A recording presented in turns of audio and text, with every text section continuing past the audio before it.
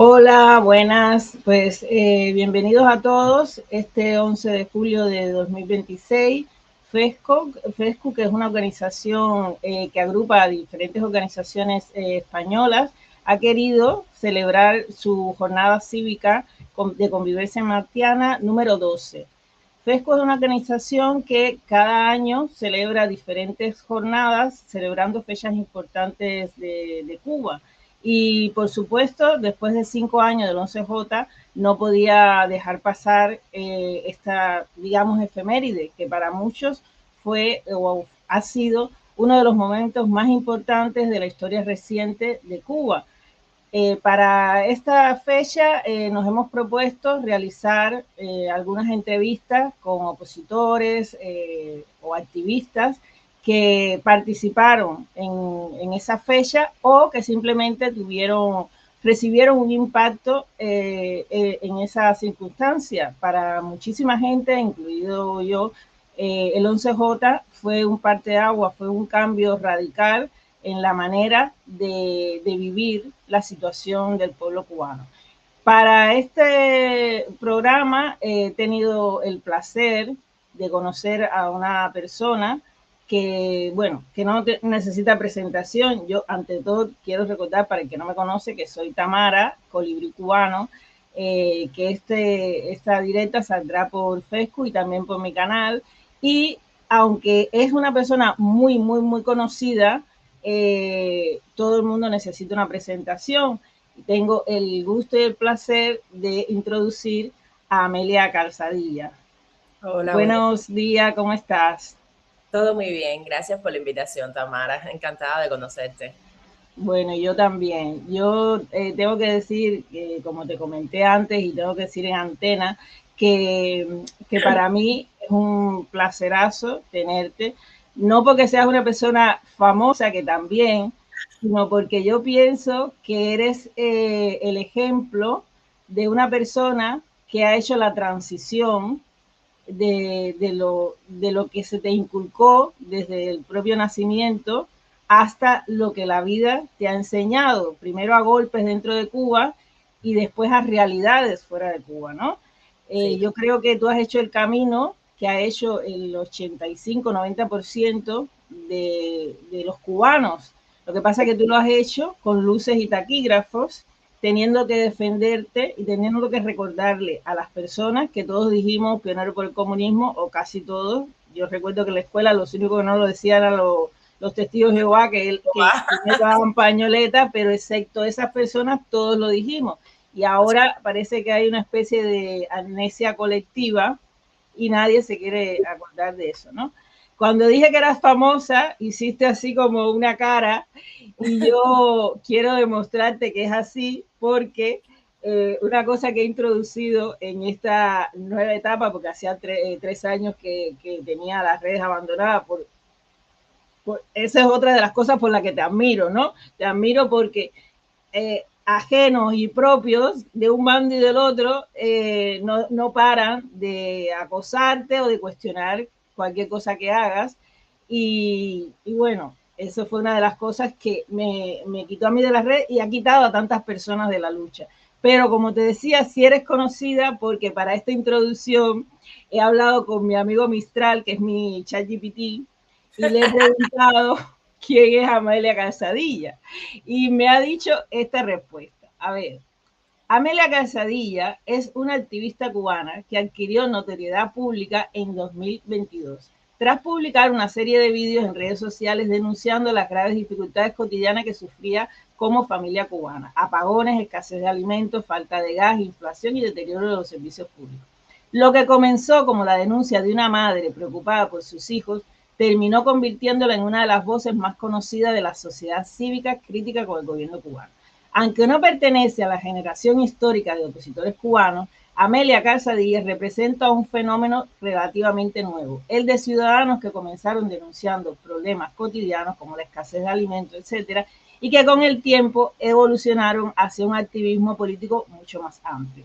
Su impacto ha estado ligado sobre todo con las redes sociales y su capacidad para conectar con las experiencias compartidas de muchas familias. Actualmente, tengo la otra parte aquí, Amalia ha creado un partido político con el cual pretende desarrollar el futuro de Cuba. Yo quiero que tú me digas si quieres agregarle algo a esta descripción que ha hecho sobre tu persona de ChatGPT o te parece que está bien así. Está bien así, creo que exagera un poco. No creo que sea las voces más influyentes. ¿Por qué?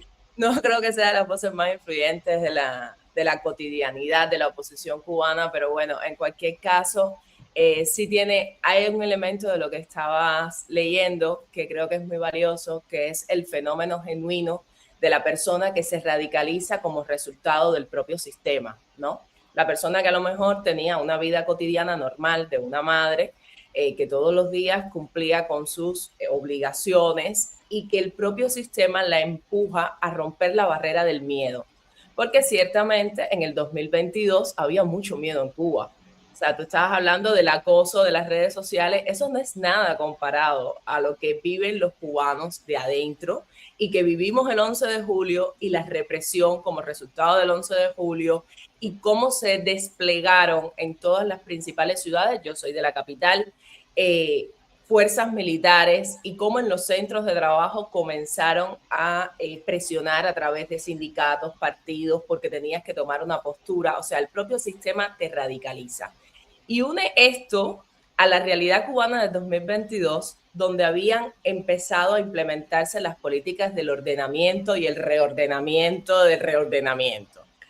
Y esto había causado una crisis económica profunda en el mismo contexto donde el mundo entero estaba prácticamente clausurado como resultado del COVID, y entonces había toda gama de desesperaciones. O sea, estaba la desesperación del encierro, de la cuarentena, estaba la desesperación de la catarsis económica y estaba también la desesperación de la represión en sí del sistema y el enajenamiento o la enajenación de lo que estaba pasando en el resto del planeta. O sea, no podías ni siquiera trasladarte entre municipios, ¿no? Tenías que estar todo el tiempo encerrado. Y las redes sociales vinieron a ser el único aliciente que tenían las personas para conectarse entre ellas, ¿no? Pasó de ser un espacio virtual, de una realidad virtual, a ser la realidad cubana contada por cubanos. Entonces, bueno, en ese contexto yo era parte de un grupo de madres cubanas, así se llamaba la página de Facebook. No sé si existe todavía, ¿sabes? Porque después yo fui desligándome porque algunos de los administradores empezaron a prohibirme determinadas publicaciones. Claro. Yo era muy activa en ese grupo, era muy activa.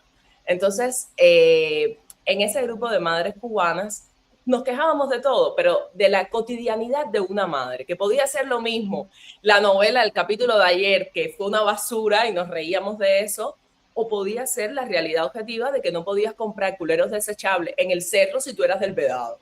Yeah. O que no venía la leche al punto, o que cuando la leche venía a la bodega venía en mal estado, venía abierta, venía fuera de tiempo. Entonces no teníamos alternativa para darle a los niños. Lo que te vendían, los productos básicos en dólares, y la mayoría no teníamos dólares. Empezamos a ver además cómo el salario se empezó a deteriorar, pero vamos, de una importancia. A pasos agigantados. Claro, porque además tenías que comprar divisas, el Banco Cubano no te las vendía, tenían penalizada el cambio de divisas en el mercado informal, o sea que era una actividad ilegal y tú lo sabías, pero no tenías otra opción que no fuera acudir a lo ilegal. Y además depositar ese dinero en el banco, que muchas veces las colas eran interminables, no atendían a todo el público, tenían un horario específico porque estaban en el COVID. Luego no tenían corriente y no podían atenderte. Y entonces después irte a hacer una cola también de días en las tiendas en divisas para comprar alimentos. Entonces imagínate, en esa atmósfera, las redes no solo colapsaron, sino que en ese grupo en específico había muchísima actividad y las mujeres manifestaban todo lo que les pasaba y hablábamos de todo, o sea, hacíamos publicaciones de todo tipo y sobre todo nos afectaba ver el sufrimiento de los niños. O sea, no era tanto el sufrimiento de nosotras y de lo que estábamos pasando nosotras, que era terrible, porque era terrible, sino el sufrimiento de los menores, porque tú no te puedes virar para un niño. Mi niño más chiquito en ese momento tenía 2 años, 3 años, tenía Alejandro. Y virarte para un niño y decirle sencillamente, aquí no hay. No hay comida, no hay malanga para hacerte un puré, no hay leche para que tomes, o sea, no es una opción. Y luego están los casos especiales, que en ese grupo había muchos. Por ejemplo, mis hijos son intolerantes. En ese momento Alejandro era intolerante a la lactosa porque era muy alérgico y no podía tomar cualquier leche. Tenía que tomar o leche evaporada o yogur. Entonces era un drama constante. Y ese grupo era al menos nuestros 5 minutos de voy a desahogo. Claro.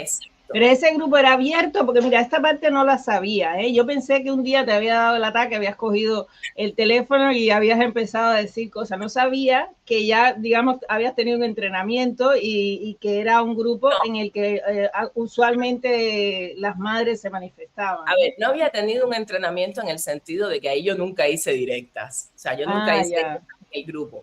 Era un grupo público de Facebook, cualquiera podía acceder, cualquier madre o padre. Lo que pasa es que la mayoría éramos mujeres.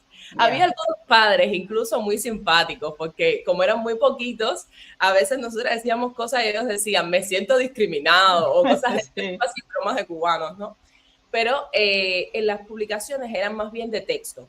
Y había muchísimas publicaciones asociadas a dónde hay. Por ejemplo, yo entré al grupo porque otra muchacha que también era madre, muy amiguita mía, me dice, mira Amelia, ahí está el grupo y ahí casi siempre todo el mundo publica en las MLC, que era el nombre de las tiendas de su municipio, que hay. O sea, yo por ejemplo salía todos los días por la mañana o mi esposo salía. Era casi como un tablón de anuncios. Exacto, exacto. Y entonces eso te ayudaba a saber hacia dónde moverte, porque la gente incluso tomaba fotos. Oye, en Tercera y 70 sacaron este producto, vengan corriendo para acá. O así nos íbamos comunicando. Se volvió una vía de escape y también un tablón de anuncios. Exacto. Yo entro porque era un tablón de anuncios, pero yo, siendo yo muy muelera, empiezo a llevarme bien con todo el mundo y entonces empezamos esta dinámica de cuando nos quejábamos de algo, pues encontrábamos el trasfondo de aquí qué pasó. Y nuestro primer ensayo de hacer algo, y voy a decir nuestro porque no fue exclusivo mío, aunque aunque el tuyo se viralizó. Exacto, fue precisamente el tema de la leche de los niños.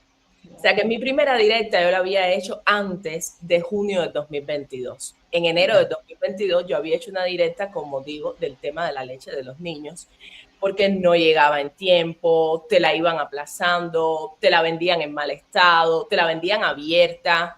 Entonces, bueno, toda una gama de elementos que tenían que ver con inocuidad de los alimentos, que nos preocupaba, y yo hago una directa sobre eso. Y esa directa en el grupo se viralizó, en el grupo. Entonces el grupo decide, 2 o 3 de nosotras decidimos hacer algo, tomamos la iniciativa de tenemos que hacer algo. Entonces empezamos a pensar en todo, por ejemplo, lo que había pasado el 11 de julio, que de alguna forma pudiéramos manifestarnos sin que fuéramos particularmente señaladas. Yo creo que estábamos muy preocupadas, por supuesto, mujeres que nunca habían... Porque tenéis hijos. Teníamos hijos, exacto. Y yo creo que estábamos preocupadas, Tamara, por el hecho de que el sistema no identifique que somos mercenarios. O sea, en nuestra mente lo que había pasado era, tú sabes, todo el tiempo un recordatorio de lecciones ejemplarizantes, todo el tiempo. Y entonces nos preocupaba nuestra seguridad, pero queríamos hacer. Estaba ese conflicto, ¿no? Nos preocupa nuestra seguridad, pero queremos hacer. Entonces, ¿a dónde debemos ir? ¿Deberíamos ir a la sede de la UNICEF en Cuba, porque el tema es de los niños? ¿O deberíamos ir a la Dirección de Comercio y Gastronomía, porque el problema es de la leche? ¿O deberíamos ir a la Plaza de la Revolución, porque ellos conectan puntos? En fin, en todo el tiempo teníamos esto en nuestra mente, pero sí teníamos algo claro, no nos vamos a quedar conformes con lo que está pasando. Y antes, el día antes, nosotros tomamos la decisión de ir al Ministerio de Comercio Interior. Fue la decisión que tomamos, que era el ministerio encargado de la importación y de la distribución de la leche. Del alimento. Claro. Exacto. Y el día antes fue la primera vez que vino la seguridad del Estado a mi casa, pero yo no lo sabía. Yo lo identifiqué mucho tiempo después. Me llamaron como si fuera una empresa. No, mira, te estamos llamando de la Dirección de Comercio y Gastronomía de la provincia de La Habana. Pero eso quiere decir que el grupo estaba de cierta manera controlado, ¿no? Claro, era un grupo público, tenía miles de seguidores, o sea, ahí podía estar cualquiera. Y por supuesto, a estos grupos los penetran con muchísima facilidad, porque tú ni siquiera tienes que demostrar tu identidad para estar en el grupo, no necesitas perfil público. Entonces, nos llaman. Yo recuerdo que esa llamada a mí me tomó por sorpresa, porque nosotros íbamos al día siguiente y el día antes, por la tarde, me piden venir a mi casa para darme una explicación, ¿no? De lo que estaba pasando con la leche y tal. Y a mí aquello me sonó raro, pero por supuesto yo no sabía en ese minuto todavía cómo funcionaban los mecanismos de la seguridad del Estado, ¿no? Yeah. Y le digo, sí, bueno, está bien, pero ¿cuántas personas son? Porque estábamos en COVID, yo tengo 3 niños pequeños, son asmáticos y me da miedo que me traiga la enfermedad a la casa. Claro. Dicen, no, vamos a ser 3 personas. Yo le digo, bueno, está bien. Y antes de colgar, me acuerdo que fue como un momento de lucidez en el que le dije, ¿y cómo usted tiene mi número? Porque mi número no era público, o sea, mi número... Y me dicen, no, es que nosotros buscamos por tu perfil, no sé, me hicieron un cuento de camino. Que yo, bueno, puede ser. Vinieron a mi casa, me dieron una explicación, no te preocupes porque el tema de la leche, eso ya nosotros lo estábamos viendo y es verdad, antes de que ustedes se fueran a quejar ya nosotros estábamos manejando la situación, lo que pasa es que terminamos de distribuir la que había en almacenes, pero ya el nuevo lote que se compró, cuentos. Una historia. Historias. Pero ya a partir de ahí, 2 o 3 de ese grupo, o 4, 5, 20, habíamos empezado a tomar otra conducta, porque ya nos empezamos a dar cuenta que la situación era crítica y que ellos lo que querían realmente era apagar un fuego. Ellos lo que querían era mantener a la población lo más tranquila posible. Había pasado no solo el 11 de julio, también había sido en noviembre, ya había venido lo de la manifestación de Archipiélago, el caso de Union. Entonces existía esa, digamos, voluntad popular. Y yo creo que en ese sentido, Tamara, es a lo que yo debo agradecerle. O sea, mi mayor agradecimiento al 11 de julio es que para mí, por lo menos, y sé que para muchas personas también, fue como despertar. Nosotros vivíamos en una burbuja de problemas, porque era una burbuja de problemas, no era una burbuja de felicidad, pero era una burbuja que no te permitía pensar que las cosas se pueden hacer diferentes. Era una burbuja de aceptación. Tengo este problema, tengo que resolverlo yo porque el Estado no me lo va a resolver, pero en mi mente no se me ocurría, bueno, vamos a cambiar el gobierno. Vamos a unirnos para tratar de cambiar las cosas. Exactamente. Y eso es resultado de años de dogma y de adoctrinamiento. Yo no soy una niña ajena al sistema de educación cubano. Por eso yo creo que si en algo hay que trabajar duramente, no solo en la transición, sino después, es en los elementos culturales de la sociedad. Esta idea, por ejemplo, de que los cubanos vamos a trabajar para resolver. No, tú no vas a trabajar para resolver, tú vas a trabajar para ganar dinero. Y con ese dinero tú tienes que poder dar solución a los principales problemas que tú tengas, al menos. Entonces, esos elementos que fueron incorporando para hacernos vulnerables, dependientes, incapaces, porque fíjate, no nos planteamos la posibilidad de unirnos en términos políticos o en términos cívicos, estructurarnos para hacer un cambio real. Hablábamos de problemas puntuales, ¿no? Y de darle solución a problemas puntuales. Y eso hablaba de la burbuja. Entonces, yo creo que ya algunos de nosotros, hasta cierto punto, empezaba a despertar. Y había despertado como resultado del 11 de julio, pero estaba el componente de miedo, que era un componente importantísimo, porque lo que habíamos vivido después del 11 de julio no solo era la orden de combate, de darle golpes a las personas en las calles y que se veían las imágenes, no solo de golpes, de disparos, porque hubo personas. Y hasta muertos. Exacto. No solo era eso, era también las campañas de descréditos que se hicieron después del 11 de julio en el noticiero. O sea, nunca es cómodo que a ti te pongan en un medio de prensa y te acusen de mercenario. O sea, exacto. Todos tenemos miedo a eso, las personas le tenemos miedo al escrutinio público. Es así, somos así, o sea, nos importa la opinión de los demás. Era las condenas, las sanciones, era ver la desesperación de los familiares, esos primeros momentos después del 11 de julio, cuando empiezan a aparecer las sanciones, los testimonios eran desgarradores. O sea, era mucho, el impacto emocional fue muy fuerte. Y eso, por supuesto, también frenaba. Despertaba la conciencia de las personas, pero en términos de temores también te frenaba. Siempre hay quien no. Siempre hay quien eso le da alas y dice, no, esto es para adelante y hasta el final. Pero hay quien lo que hace es sobrecogerse, sentir más temor. Yo lo que sí autolimitarse. Sí, yo lo que sí creo es que después del 11 de julio no hubo una persona en Cuba que no tomara una conducta, aunque fuera para sí, aunque no fuera una conducta pública. El 11 de julio, como tú dices, fue un parteaguas. Fue, en lo adelante yo no tengo la misma concepción que hasta este minuto. Puede que me guste lo que vi o puede que no me guste lo que vi, pero no había una persona que fuera indiferente a lo que pasó. Déjame preguntarte, porque, a ver, yo no estaba en Cuba y tuve mi manera de asimilar el hecho, ¿no? Sí.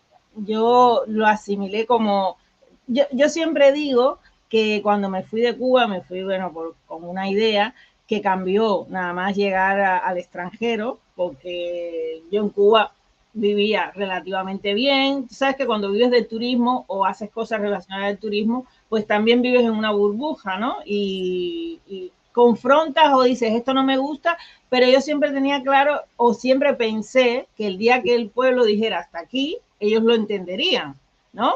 Porque también eso fue un poco lo que habían dicho, ¿no? Estaremos aquí mientras el pueblo quiera y no sé qué, no.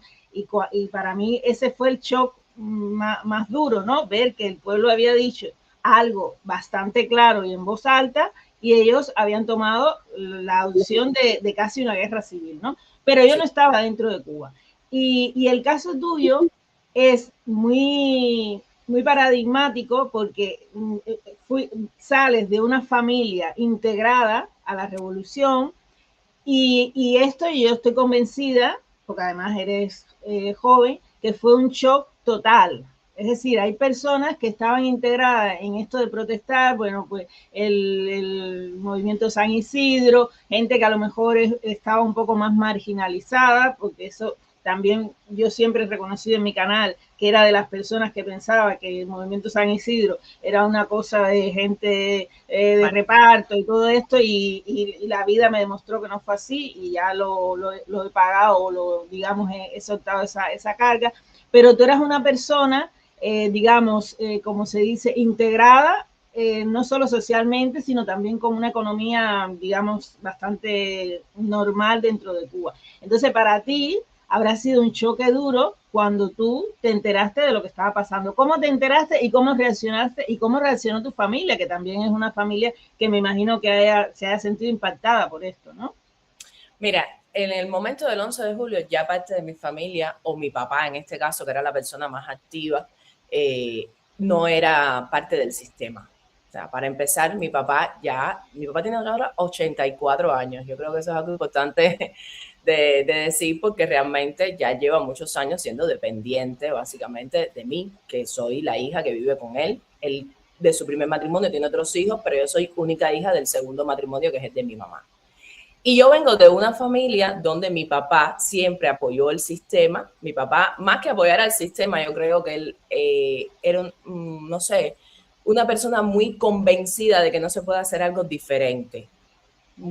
Muy convencida, y de que ese era el camino, pero que el problema era todos los factores externos que impedían el desarrollo de Cuba. Exacto. Y era incluso de las personas que yo recuerdo en mi casa muchísimas veces conversando con mi mamá. Yo nunca tuve esas interacciones con él, pero él sí, conversando con mi mamá, tenía como estos conflictos de hasta qué punto se les reclama a un funcionario. Mi papá trabajaba en el Ministerio de la Construcción y mi papá era incapaz de hacer un señalamiento, por ejemplo, de la vivienda. Yo viví 18 años de mi vida en un solar y mi papá no pedía vivienda porque para él siempre había alguien que estaba peor, que se merecía más necesitado un testamento de microbrigada que nosotros tres. No, nosotros no estábamos tan mal.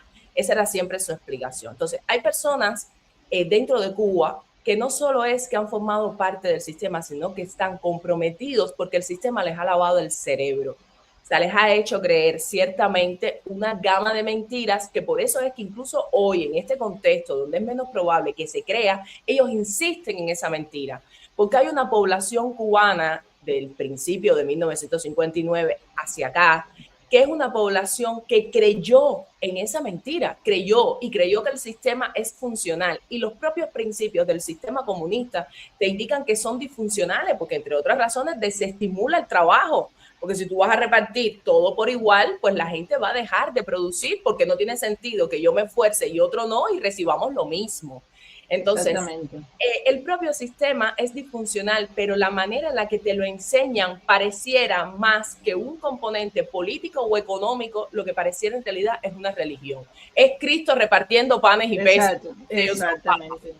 Entonces, por supuesto, hay muchas personas que eran incluso niños en los años en que llega Fidel al poder y creyeron. Mi papá es de esas personas que creyó ciegamente, que pensó todo y nunca cuestionó, nunca preguntó. Y en mi casa no se hacían cuestionamientos de esa naturaleza. Pero mi mamá es otra persona completamente distinta.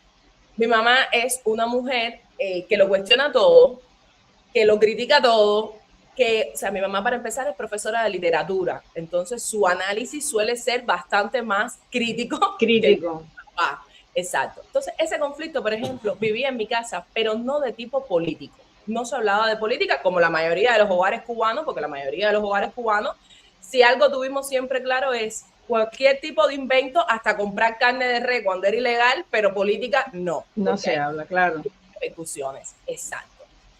Entonces, bueno, yo crecí ahí, en ese núcleo.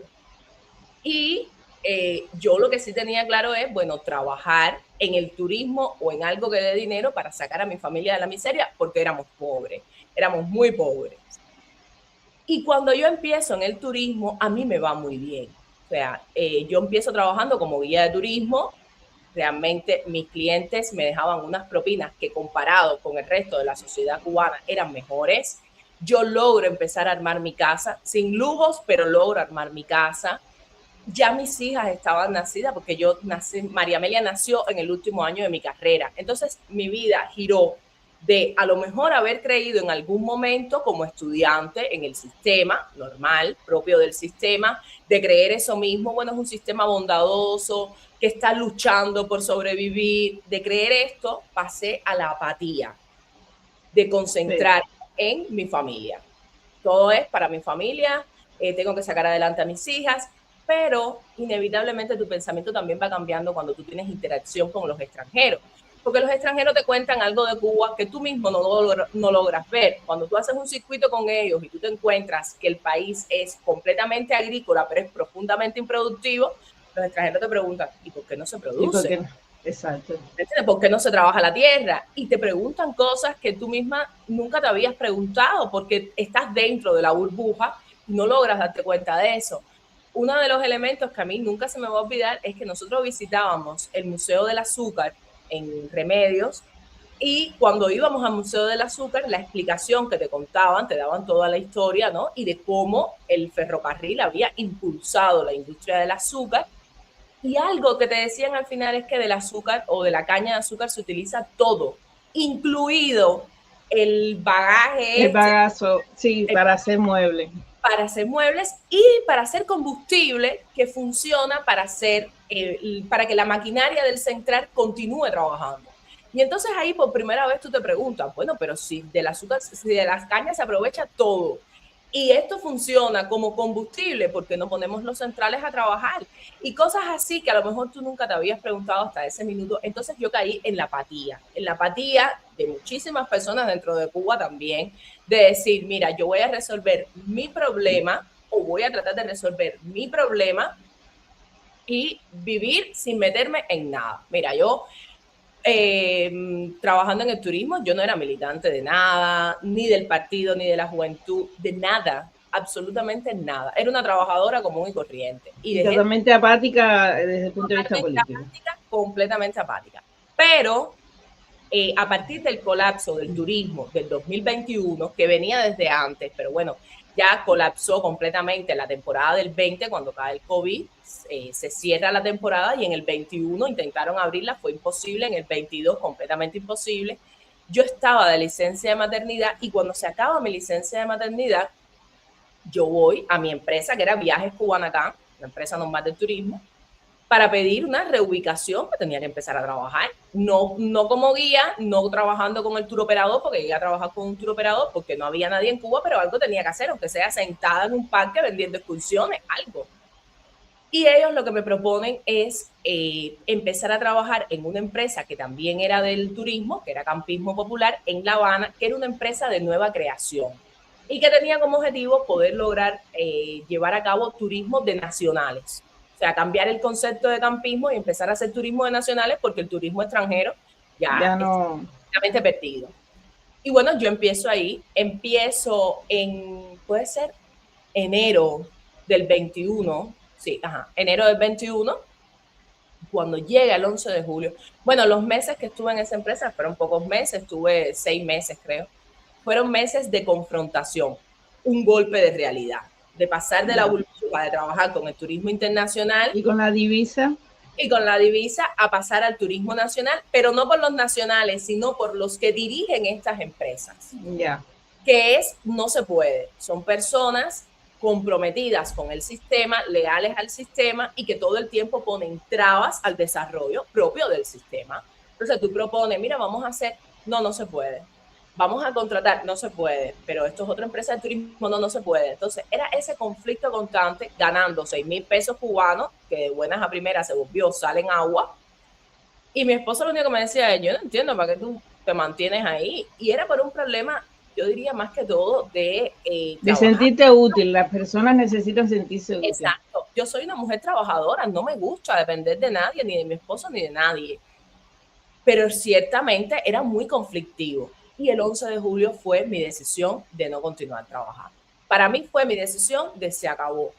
Porque entonces ahí los que éramos buenos trabajadores, que lo que queríamos era ver cambios en la empresa, vender mejor sector del turismo, que los nacionales pudieran disfrutar de las instalaciones sin acabar con ellas, porque Campismo tenía esa marca propia que es, tú vas al campismo a destruir las cabañas, a tomar todo, y a ver qué te puedes llevar. Y a ver qué te puedes llevar, exacto. Y nosotros queríamos, yo por lo menos, y las trabajadoras que estaban ahí conmigo, queríamos cambiar ese concepto, que la gente fuera por otros atractivos, que a lo mejor hubiera un espectáculo de cabaret, que la gente fuera a hacer turismo de naturaleza realmente, que pudieran hacer actividades de naturaleza, de ocio en la naturaleza, pero todo eso se queda en nada. Porque al final tú puedes tener muchas ideas, como las 176 medidas esta hora, que van a quedar en una gaveta, es exactamente igual. Tú puedes aportar ideas al sistema en el punto que el sistema ve que deja de perder el control, ya ahí mismo empiezan a aparecer las trabas. Y lo que hasta el 11 de julio no había pasado era que a mí me obligaran a tomar una conducta política. Yo no era militante de nada, ni siquiera del sindicato, nada. No trabajaba, no formaba parte de ninguna organización, porque además, siendo una madre que realmente podía estar en mi casa con el 60% del salario porque estaba en COVID, entendían como que yo no podía hacer horas extra de reuniones y eso, yo no podía. Yo ese siempre había sido mi justificación. No, yo tengo 3 niños, yo no puedo estar involucrada en nada que me dé más carga del trabajo que ya yo tengo. Pero el 11 de julio sí hicieron una convocatoria a todos los trabajadores de que tenían que tomar una conducta política en las redes sociales. Imagínate, un país que le habían quitado la conexión de punta a cabo, que la gente se estaba conectando por VPN, que yo le enseñé a la gente de la empresa cómo poderse conectar. Oye, mira, que descárgate esta VPN, que por ahí, que no sé qué. Hacen una reunión para obligarnos a utilizar nuestras redes sociales personales para hacer campaña política a favor del sistema, de la convocatoria de Canel, de salir a darle golpe a la gente. Y uno puede que no tenga la valentía a lo mejor de salir a protestar. Yo misma, el 11 de julio fue un domingo, a mí no se me va a olvidar. Yo estaba en mi casa, en el momento que yo me enteré del 11 de julio, yo me enteré por Canel. O sea, yo enciendo el televisor para darle la comida al niño, era a lo mejor, ponte 11, 12 del día, quizás un poquito más tarde, y yo le iba a dar el puré a Alejandro, y fui a poner la televisión con los muñequitos, porque él comía con los muñequitos encendidos, y lo primero que me encuentro es a Canel haciendo esta convocatoria de todo el mundo para la calle. Y yo dije, pero todo el mundo para la calle, ¿pero qué pasó? Las personas no sabíamos qué había pasado. Había alguna gente que sí, que vivían en zonas más céntricas y se habían sumado, otros que se habían convocado por las redes sociales, pero una madre con 3 niños chiquitos, un domingo, todos sabemos lo que eso significa. Eso es limpieza de casa, cabeza, dar comida. Entonces tú muchas veces te conectabas, yo muchas veces me conectaba una vez al día, por la tarde, por la noche, cuando ya los niños estaban acostados. Y lo hacía además porque los datos móviles también eran caros. Sí, O sea, sí, estamos sí. hablando de un país donde todo era una novedad, tener datos móviles, y eran carísimos. Y tú no ibas a gastar tu dinero en eso en un momento de crisis. Entonces, cuando yo me enteré de aquello, mi primera reacción fue, ¿qué pasó? Mi papá no entendía qué había pasado, mi mamá tampoco entendía qué había pasado. Incluso nosotros escuchamos que la gente estaba en la calle, pero nosotros salimos a la calzada. Mi papá dijo, no, no, quédense aquí tranquilo, yo voy a bajar. Antonio, mi esposo, estaba en la calle y me llama y me dice, aquí pasó algo gravísimo porque hay un montón de gente bajando por Malecón. ¿Tú sabes algo? Lo mismo, sin conexión. Y le digo, yo no sé nada. Yo lo único que veo es que este hombre está en la televisión hablando que si la gente está en la calle, yo no sé qué es lo que está pasando. Y Antonio me dice, bueno, voy para la casa, quédate ahí tranquila, no sé qué. De ahí quitaron la corriente, no había ni luz, ni conexión de teléfono, ni conexión de teléfono fijo, no había nada. Había una desconexión total, no se sabía lo que estaba pasando.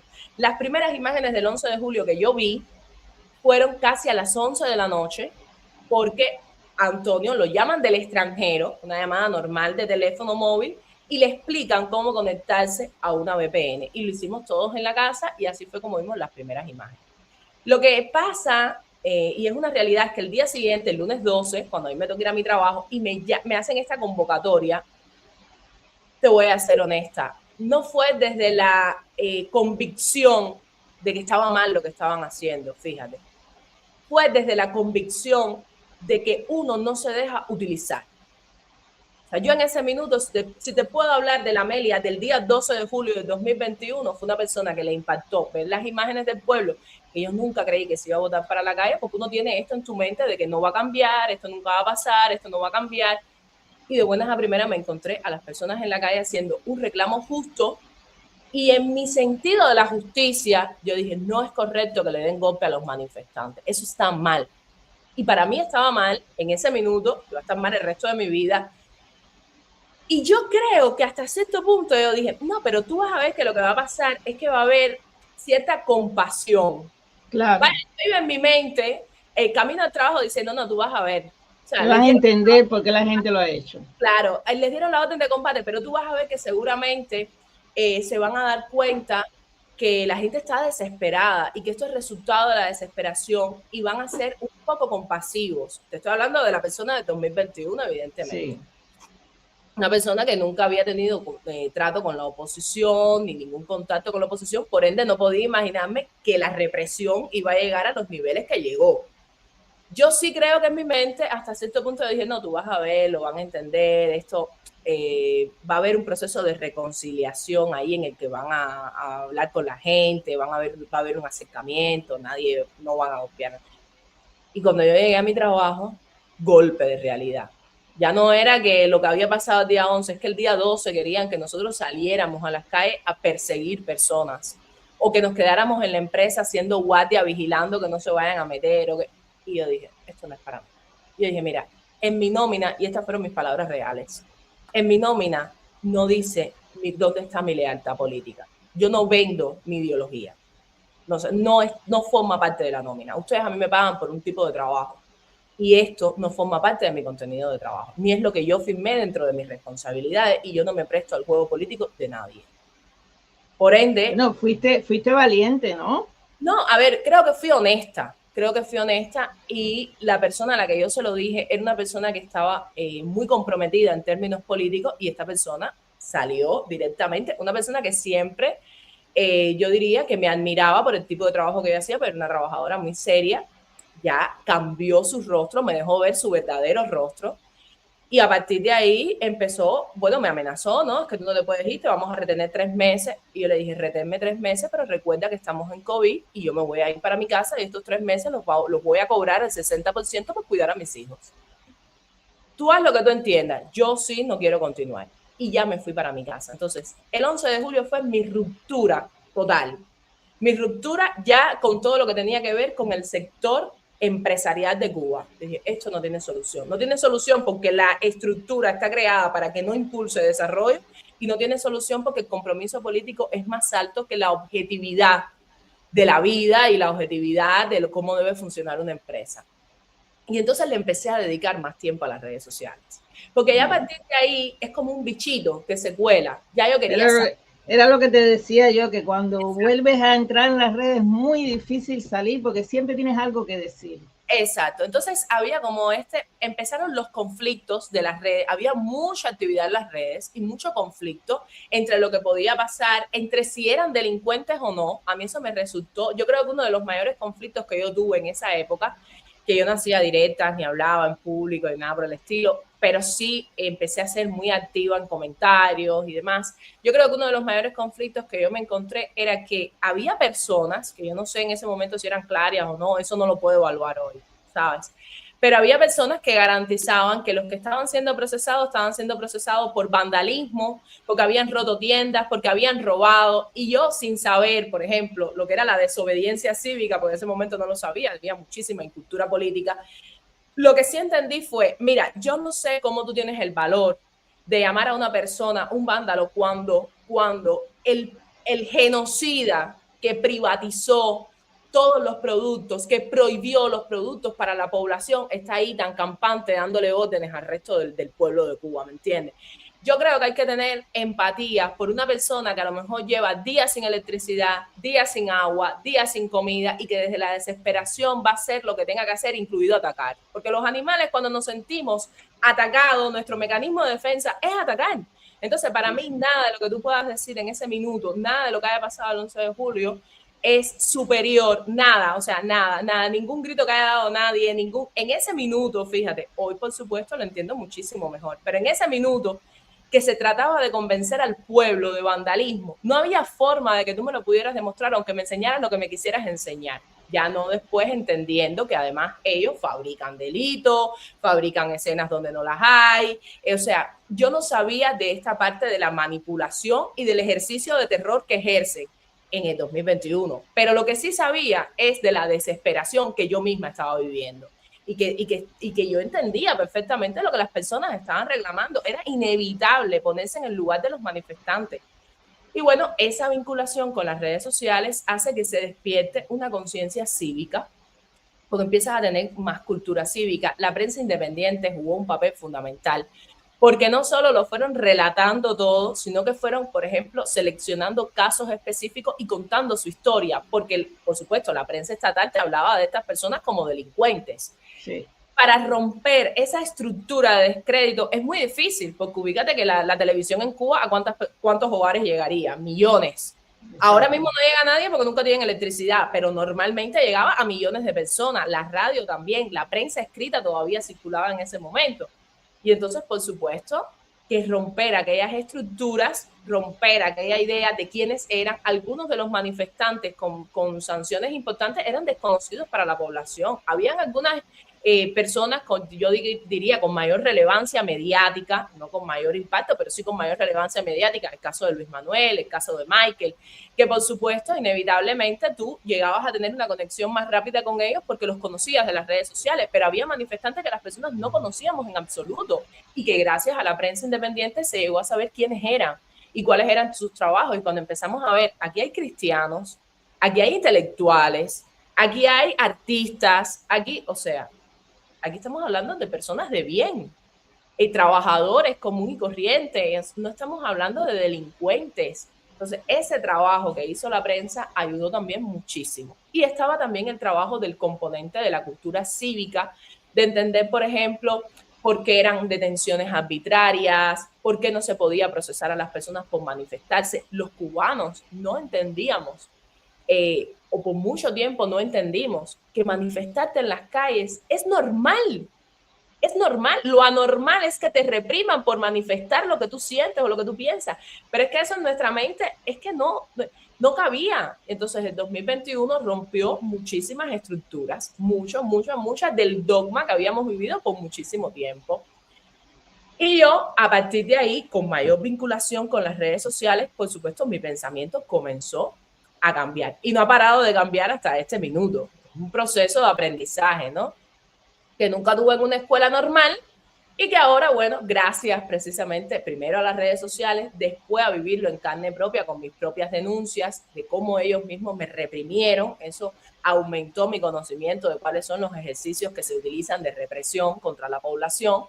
y ya después viviendo en el exilio, por supuesto, también con muchísima más información, con realidades de otros países, todo eso viene a tributar a lo que, bueno, hoy soy, a lo que hoy ya soy. Yo me alegro que hayas hecho todo este viaje, porque el caso tuyo, y repito, es como un ejemplo de lo que ha pasado en muchísimas familias, en muchísimas jóvenes que nacieron o fueron inculcados, inoculadas con un veneno, y poco a poco han ido desintoxicándose hasta llegar al punto de hoy. Entonces tú, digamos que viviste en carne propia, yo pienso ahora en la chica esta de Alamar que está viviendo más o menos lo mismo, y el otro día cuando salió bueno, de la semiprisión esta que le hicieron, se quebró, y siempre pienso, ¿no? Ojalá no termine quebrándose totalmente, ¿no? Porque haya sido solo una cosa transitoria, aunque después vi otro vídeo. Pero es el mismo procedimiento, ¿no? Detectan una posible líder, que yo creo que fue lo que detectaron contigo en el momento que te hacen esa llamada, y tratan digamos, de contrarrestar ese liderazgo, ¿no? Y después, Sí. cuando ven que no pueden, entonces lo que tratan es de humillarlo, desprestigiarlo, que también pasaste por ese proceso. Y si logran, bueno, como es tu caso, que pudiste salir, que yo pienso que fue, digamos, lo mejor, porque si no hubieras terminado presa con tus 3 hijos, teniendo que ser criados por otras personas y sufriendo y en las condiciones que se sabe que son las cárceles. Tenemos el ejemplo de Lisandra Góngora, que con 5 hijos todavía, y cada vez se lo ponen peor, alejándola de su familia y todo esto, ¿no? Entonces, yo me imagino que cuando lograste salir y viste, no solo de lo que te habían engañado dentro, sino de lo que te habían engañado de fuera, el impacto habrá sido terrible, ¿no? Sí, mira, hablabas del caso de Ana Sofía Benítez Silvente y tienes toda la razón. O sea, yo ayer incluso le mandaba a ella un mensaje y en ese mensaje le decía que demostrar fuerza no implica deshumanizarnos. Nadie puede pasar por una tortura psicológica, como la tortura a la que te expone la seguridad del Estado, que tiene mecanismos de intimidación simultáneos, porque es alguien en la cuadra que te vigila, alguien que llama a tu mamá y la intimida, alguien que en las redes postea cosas sobre ti y que habla de violencia física o de privación de libertad, la citación 24 horas antes, después la tortura de estar en una unidad en la que puedes perder el sentido del tiempo porque te ponen a esperar ahí para que te desesperes. Yo esas cosas las viví en carne propia. Entonces, es inevitable que con esos mecanismos estructurados, psicológicamente pensados para destruirte, tú tengas minutos de vulnerabilidad y de debilidad. Lo contrario es deshumanizarte, ser un robot. Es inevitable que uno transite por todas esas cosas y sienta miedo, sienta incertidumbre, la incertidumbre de yo voy a poder continuar haciendo esto, pero a su vez sientas la responsabilidad del impacto mediático que tiene en los demás y en la vida de los demás. Tú sientes como esa responsabilidad y yo por eso a ello le decía que esta causa no tiene un liderazgo unipersonal, tiene que ser horizontal, porque es demasiada responsabilidad para ponerlos en los hombros de una sola persona. Y todo el que ha estado en esa posición ha tenido un momento de quiebre psicológico, de sufrimiento profundo, de tomar decisiones difíciles. Para mí la decisión más difícil que yo he tomado no ha sido la de continuar o callarme, porque yo misma desde el principio puse como una especie de parche de yo no voy a hablar más, esta es mi última directa, pero ellos te empujan a tu seguir, ¿me entiendes? Es inevitable que tú sigas, es inevitable que te defiendas, pero es que lo que tú estás haciendo no es creando contenido de maquillaje. Yo siempre pongo ese ejemplo. Tú aquí no estás creando contenido de maquillaje donde pueden aparecer haters, pero no es la naturaleza del odio que se infunde, primero, cuando tú te vinculas a procesos políticos y segundo, cuando tú estás desafiando una maquinaria de terror. Lo que tú estás desafiando es una mafia. Eso, vamos, cualquier ser humano normal se lo piensa 2 veces. O sea, tú te lo piensas 2 veces. Lo que pasa es que tu sentido de la justicia siempre habla más alto y también tu desesperación, porque el que está viviendo en ese minuto las cosas que se viven dentro del pueblo de Cuba, dice, mira, es que no aguanto más, es que prefiero inmolarme que tener que vivir esto en silencio, tener que resistir esto en silencio. Entonces, También están los elementos, por ejemplo, de burla, que ellos tienen mucha burla contra el pueblo, el irrespeto contra el pueblo, el abuso del poder. Todos estos son elementos que hacen que una persona, contra todos los pronósticos, decida hacer activismo dentro de Cuba, arriesgando su propia vida. Pero siempre te ponen en la posición de tomar decisiones difíciles, continuar haciéndolo o no continuar haciéndolo, el impacto que tiene en los demás, la crítica que recibo de los demás, la desconfianza. Importantísimo, la seguridad del Estado siembra un nivel de desconfianza tremendo. Y no es una desconfianza que se motiva desde una actividad pericial que demuestra con legitimidad que tú trabajas o no con ellos. No, es una desconfianza basada en el principio de la diferencia. Bueno, ¿por qué si a otros, por menos que eso, los han metido presos, a ti no? A ti no. Claro, porque precisamente la seguridad del Estado trabaja de una manera para que tú sientas la desconfianza y la inseguridad en la persona y no la sigas, porque para ellos es muy complejo destruir líderes naturales, líderes genuinos, personas que salen así del pueblo, de su propia inconformidad, de su propia experiencia. Eso, destruir, yo diría, lo natural que hay en eso y cómo conecta eso con las personas es muy difícil. Entonces tengo que fabricar, tengo que inventar para que la gente desconfíe y se aleje por sí sola y no tenga que alejarla yo demostrándole que no es el camino. Entonces, para mí el punto más difícil no fue decidir mantenerme haciendo activismo o no, fue decidir quedarme en Cuba o no. Porque yo sabía que ya yo había entrado en un punto de exposición en el cual ya a mí se me habían hecho advertencias, iban a mi casa a amenazar a mis padres. Yo sabía que ellos estaban fabricando un proceso contra mí. En mi última detención, ellos directamente me dijeron, aquí tienes un expediente que te vamos a procesar de 3 a 5 años por instigar a delinquir. Si alguien sale por ti, vamos a procesarte a ti. Si alguien habla por ti, vamos a procesarte a ti. O sea, mi punto no era si caía presa o no, porque hasta cierto punto, por raro que suene esto que te voy a decir, los mecanismos psicológicos que tenemos los seres humanos, incluso de defensa, nos preparan para lo peor siempre. Entonces ya en mi mente se había articulado la idea de que yo podía perder la libertad. Después me di cuenta que yo nunca había sido libre de todo, pero bueno, yo decía, bueno, me van a... Sí. Exacto, voy a hacer un caso más como Lisandra Góngora o como cualquier otro de los padres que están presos, y mi mayor preocupación eran mis hijos, y ellos lograron identificar que mi preocupación y mi debilidad eran mis hijos, claro. No era yo como tal. Yo estaba dispuesta a lo que fuera, pero además porque tenía una conducta incendiaria, la demostraba todo el tiempo, estaba muy alterada, las circunstancias me tenían muy alterada, pero los niños eran una debilidad.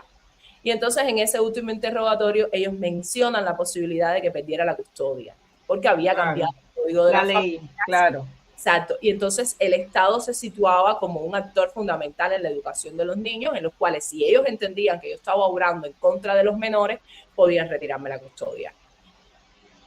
Que yo me lo creyera o no me lo creyera, o que pudiera ser o no pudiera ser, Tamara, estamos hablando del contexto de la inmunidad del dictador. Puede que y además que había ejemplos de madres que han sido separadas de sus hijos. Exacto, entonces, que sea cierto o no sea cierto, era irrelevante, porque lo que sí era cierto es que dentro de Cuba pareciera que nadie actúa en favor del pueblo cubano. O sea, en ese contexto, dentro de Cuba, iban relatores, yo había visto, esto te lo estoy contando porque es que lo tengo en mi mente, los minutos, te puedo decir la ropa que yo traía puesta el día que me llevaron detenida arbitrariamente, el día que me secuestraron de la calle. Unos días antes había ido Joseph Borrell a Cuba. Sí. Eso a mí no se me olvida. Y cualquier actor internacional que pudiera representar para el pueblo de Cuba una esperanza en términos de defensa de derechos humanos, porque pudiera identificar que había violaciones de derechos humanos a partir de vivir en contextos que eran democráticos y darte cuenta y reclamar por eso, lo que hacía era lavarle la cara al régimen. Se reunían con ellos a puertas abiertas, se tomaban fotos, hacían videos, las publicaban. Entonces yo, ¿qué yo sentí? Desamparo. Mi único amparo eran las redes sociales, pero en su mayoría era un amparo virtual, yo no lo podía ver. Ninguna métrica de millones de visualizaciones puede suplantar el contacto de la persona. Sí. Exacto, de un abogado, por ejemplo, que no tenía cuando me detuvieron las veces que me interrogaron, de un de una figura internacional que abogara por los derechos humanos en Cuba y que hiciera presión sobre el régimen para que cayera la dictadura, o al menos para que liberara a los tantísimos presos políticos que había en ese minuto. Entonces yo dije, si ellos quieren retirarme la custodia, es que lo van a poder hacer, ellos van a hacer lo que les dé la gana, porque nada va a pasar. O sea, en mi mente, ellos van a poder hacer y yo no voy a tener cómo defenderme. Y por eso es que yo tomo la decisión de salir de Cuba en el 2023. Antonio ya era ciudadano español, o sea, mi esposo era ciudadano español, y ellos sabían, porque por supuesto me vigilaban, tenían control de todo, de mis llamadas, mis mensajes, claro, de todo. Y ellos sabían que Antonio era ciudadano español, y en ese interrogatorio me cuestionan, ¿no? Me dicen, mira, nosotros no te estamos diciendo que te calles, sí, porque el rejuego este de tratar... Sí. Poli bueno, poli malo. Sí, no te estamos diciendo que te calles, te estamos diciendo que dejes de exponerte, ¿no? Que no te metas en cosas que tú no conoces, porque también te hablan mucho de tú eres un ignorante, tú no sabes lo que estás hablando, eso es resultado del desconocimiento, tú no sabes a quién tú estás defendiendo, porque había hablado ya de los presos políticos, todos son unos vándalos y todos son unos delincuentes y todo. Entonces, esto cuando Ana Sofía lo describió ayer, yo decía, es que es el mismo manual, se lo aprenden de memoria el guión y lo vuelven a utilizar una y otra vez. Y lo que sí me dicen es, ¿por qué si tu esposo es ciudadano español, tú no sacas a tus hijos de todo este problema del que tanto tú te quejas? Y entonces ellos me fueron empujando a irme. Lo que sí es una realidad, ellos me lo dejaron clarísimo, es que nosotros no vamos a permitir que tú continúes alentando a la población a manifestarse, a salir a las calles, a no sé qué, nosotros te vamos a procesar. Tú puedes tomar la decisión que tú quieras, tú ahora mismo no estás regulada, pero si tú no te vas a tener que callarte porque aquí lo que va a pasar es esto, te vamos a procesar, no sé qué, y me recordaban todo el tiempo el caso de los niños, ¿no? Y los niños, y los niños, y los niños, y yo sabía que era cierto. Y también había algo en mi interior que yo decía, y cuando yo llegue afuera, voy a hablar de todo esto. O sea, yo siempre alenté eso de, cuando yo llegue afuera, voy a hablar de todo esto. A mí me tomó tiempo hablar de todo esto, lo voy a decir. Yo incluso decía, es que la gente no me va a creer. Por eso es tan importante organizarse. Porque cuando tú empiezas a escuchar las historias de los demás, tú te reafirmas en tu propia historia. Yo decía, si yo cuento las cosas que me hicieron, por ejemplo, ese día me metieron en un calabozo sin leerme ni mis derechos, ni mis deberes, ni por qué estaba en ese calabozo, ni sin nada. O sea, me metieron en un calabozo. Una mujer me registró todo el cuerpo de la manera más grosera que te puedas imaginar. Un hombre se estaba masturbando frente a mí en el calabozo de al frente. Toda esa tortura psicológica. Estuve horas sin comer. Yo estuve como 8 horas, no sé, detenida. Y todo ese tiempo estuve sin comer. No me dieron comida. Yo no quise tomar agua. O sea, sí, el riesgo de la preocupación de lo que te puedan dar, ¿no? Me pregunto ahora incluso cómo estuve 8 horas seguidas sin comer y sin tomar agua y estaba activa todo el tiempo. Es que, por supuesto, tu organismo tiene mecanismos para... La adrenalina. Por supuesto. Entonces, todo esto que te estoy contando, más la presión que le hicieron a mis padres, Antonio fue detenido ese día también. O sea, la persona a la que ellos se llevan presa realmente no es a mí, es Antonio. Yo salgo a buscar a Antonio y entonces me llevan de la calle. Era un operativo pensado porque las veces que habían ido a mi casa, los vecinos salían a defenderme. Entonces dijeron, hay que cambiar la estrategia, hay que aislarla. Entonces, nada, a partir de ahí yo tomo la decisión de irme. Como ya Antonio era ciudadano español, pues el proceso fue bastante... ¿Y cómo te recibieron en España? ¿Cómo te recibió la oposición o el exilio en España? Bien, mal o regular. Puede ser honesta, que ya se sabe, yo no sé si sabes que vivo en España también, yo vivo en Cataluña y sé que hay de todo. Ya, es que aquí mi primer contacto con el exilio fue a través de Lara Croft, o sea, Yamil Calafita, yo era muy, o sea, somos muy allegadas, y en aquel momento era la única persona, yo diría así, de la oposición con la que yo mantenía un contacto dentro de Cuba, vamos, de ir a su casa y estas cosas. Y ella fue la que me pone en contacto con Laura y Catherine. Entonces, cuando yo llego aquí, las únicas 2 personas así que yo conocía activistas eran ellas 2. Eran las únicas 2 que yo conocía realmente. Y fue un contacto, pues, de mucha cercanía, ¿no? O sea, no puedo decir el recibimiento que me dio la oposición, porque en realidad no fue toda la oposición, fueron ellas dos. Y muy poco tiempo después, casi acabado de llegar, conozco a Luz Escobar y a Iliana Hernández, que me llamaron y me dijeron, queremos ir a tu casa a conocerte. Y bueno, yo posiblemente la Amelia de hoy, muchísimo más precavida, no las hubiera dejado venir. Pero qué bueno que en ese momento no tenía las defensas tan altas y las dejé ir a mi casa. Y bueno, a partir de ahí empezamos una relación muy bonita y empiezo a integrarme con la oposición. Entonces, yo diría que un elemento fue llevando al otro, ¿no? Fui teniendo contacto entonces con nuevos opositores a través de esas mismas personas, y cada uno de los espacios a los que llegué, las personas me trataron muy bien. Yo lo que creo es que tampoco nadie se imaginó que yo iba a evolucionar de la manera en la que yo evolucioné, ¿no? Por supuesto pensaron que iba a continuar haciendo activismo, pero cuando yo llegué aquí hay que preguntarle a Lucio cómo él me vio, porque Lucio me conoce en el hospital con mi hija mayor operándose de apendicitis, y cuando nos vio fue para la cafetería y compró 2 panes y dijo, coman porque ustedes aquí hay hambre. ustedes están desnutridos. Entonces, no sé, yo creo que el proceso fue bonito, fue de integración. O sea, yo me fui integrando más a la oposición en Madrid, y bueno, fuera de Madrid también. Entonces, según fui despojándome, ¿no?, de todo el sufrimiento que toma tiempo, curar determinadas heridas toma muchísimo tiempo, aparecen nuevas heridas porque vivir en el extranjero no es fácil. Yo veo algunas personas, por ejemplo, que hacen sus videos quejándose del extranjero, y yo siempre digo que uno tiene que ser muy realista, porque te fuiste de Cuba. O sea, piensa cuando estabas en Cuba, sé honesto y te darás cuenta que tu realidad no es peor, es significativamente mejor, pero no por eso deja de ser una realidad difícil, porque ya no tienes el mismo acompañamiento emocional. Yo, por ejemplo, perdí a mi familia. Yo vine para acá con mi esposo y mis 3 hijos, pero los cubanos somos de familia extendida. Mis padres, mi abuela, mis tías, mis primos.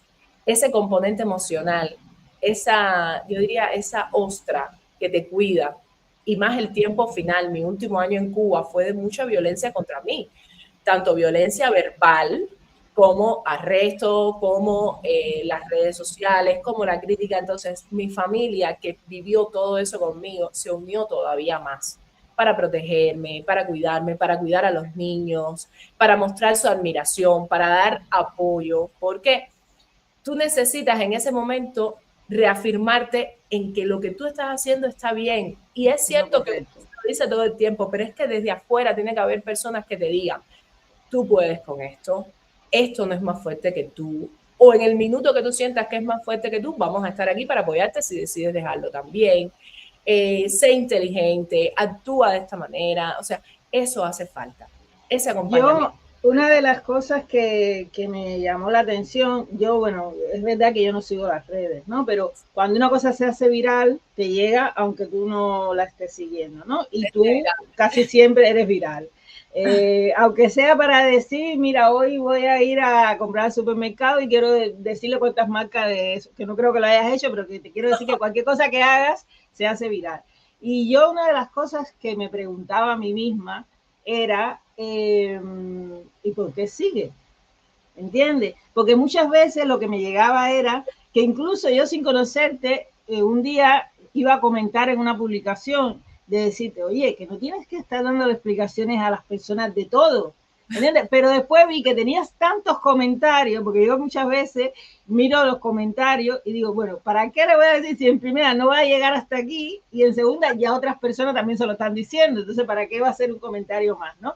Pero muchas veces me sentía agobiada de cómo cada vez que tú hacías alguna cosa, había alguien que te criticaba y tú sentías a lo mejor la necesidad, porque es lo que tú dices, nos importa cómo nos ven los demás, de explicar por qué lo habías hecho, no sé qué, cuando yo decía, pero ¿por qué sigue? Y más viendo mi caso de que yo lo dejé no porque no tenga ganas de expresarme, sino porque a veces te sientes atacada por los dos bandos y dices, a ver, me atacan de aquí diciéndome tal cosa y de aquí también diciéndome más cual cosa. Mira, oye, si yo no tengo necesidad de cambiar nada, porque parece que los que están allí no lo van a cambiar, yo desde aquí no lo voy a cambiar tampoco. Entonces, siempre me preguntaba, pero oyendo tu explicación, me doy cuenta de que ya eso era una convicción que tú te habías hecho desde que estabas en Cuba. ¿Entiendes? Sí. Entonces, no es algo que tú llegaste y dijiste, bueno, pues ahora lo voy a hacer, sino que estando dentro ya tú, en tu cabeza, dijiste, esto es lo que voy a hacer cuando llegue? No, y además fue como mi manera de compensar. Yo sentí que ellos me habían forzado a alejarme de todo lo que yo había construido. Te conté que construí mi casa yo. O sea, yo armé mi casa, la casa donde viven mis padres. Yo tuve que renunciar a eso. No solo es el factor emocional, es que tú también renuncias a lo que habías construido hasta ese minuto y tu proyecto de vida empieza a cambiar completamente. Y fue como decir, bueno, yo voy a tener que renunciar a esto, pero a lo que no voy a renunciar es a continuar oponiéndome y a contarle al mundo que esta supuesta víctima que se la pasa haciéndose la víctima en todos los organismos internacionales, en realidad no solo es un victimario, es un tirano. Y eso el mundo lo va a saber. Y yo tengo el objetivo así marcadísimo de que eso se va a saber. Y yo sé que hay otras personas que lo hacen, pero no me conformo con que otros hablen por mí. Yo lo quiero contar yo. Entonces yo salí así con esa convicción. Lo que pasa es que cuando tú sales, tienes que empezar a crecer, o sea, tienes que empezar a... Hay un proceso. Tienes que insertarte en esta sociedad, tienes que encontrar un trabajo para vivir. Entonces eso toma tiempo y por supuesto, ya este va a ser mi tercer año en España. O sea, en noviembre yo cumplo 3 años en este país. Yo creo que ha sido un proceso bastante rápido, pero aún así no con toda la velocidad que me hubiera gustado que fuera, ¿no? Yo hubiese querido que fuera muchísimo más rápido. Por ejemplo, el canal de YouTube me tomó 2 años abrirlo. ¿Por qué? No sé. Supongo que porque no me creía a lo mejor capaz, o porque necesitaba más tiempo para estudiar, o porque no quería que fueran análisis banales, sino que estuvieran fundamentados en la información que yo fuera recopilando. En fin, esas son las explicaciones. Ahora, y porque hace falta también curar, como tú dijiste. Te hace falta curar porque si no entras en una dinámica de que estás tan herida que empiezas a herir a trocho y mocho. Exacto. También a mí me ha ayudado algo, que eso tengo que ser honesta y siempre voy a estar agradecida en ese sentido. Desde que yo puse los pies en España, siempre la prensa independiente me extendió la mano. O sea, siempre, a lo mejor yo hacía una publicación hoy, no hacía otra hasta dentro de un mes, no sé, pero cada una de esas publicaciones tenía una repercusión, ellos la hicieron extensiva, cada iniciativa la hicieron extensiva, las propias entrevistas, este espacio que tú me estás dando, otras veces que he estado con Convergencia Martiana, la manera en la que me han integrado ha sido muy positiva, entonces eso también me anima a continuar trabajando, ¿no? Ahora, del tema de las explicaciones, eso también tiene su explicación. Primero está el tema de la madurez, ¿no? Uno va madurando en este proceso y pasas de darte cuenta que no vas a poder convencer a todo el mundo a darte cuenta de que a veces dando explicaciones te enredas más.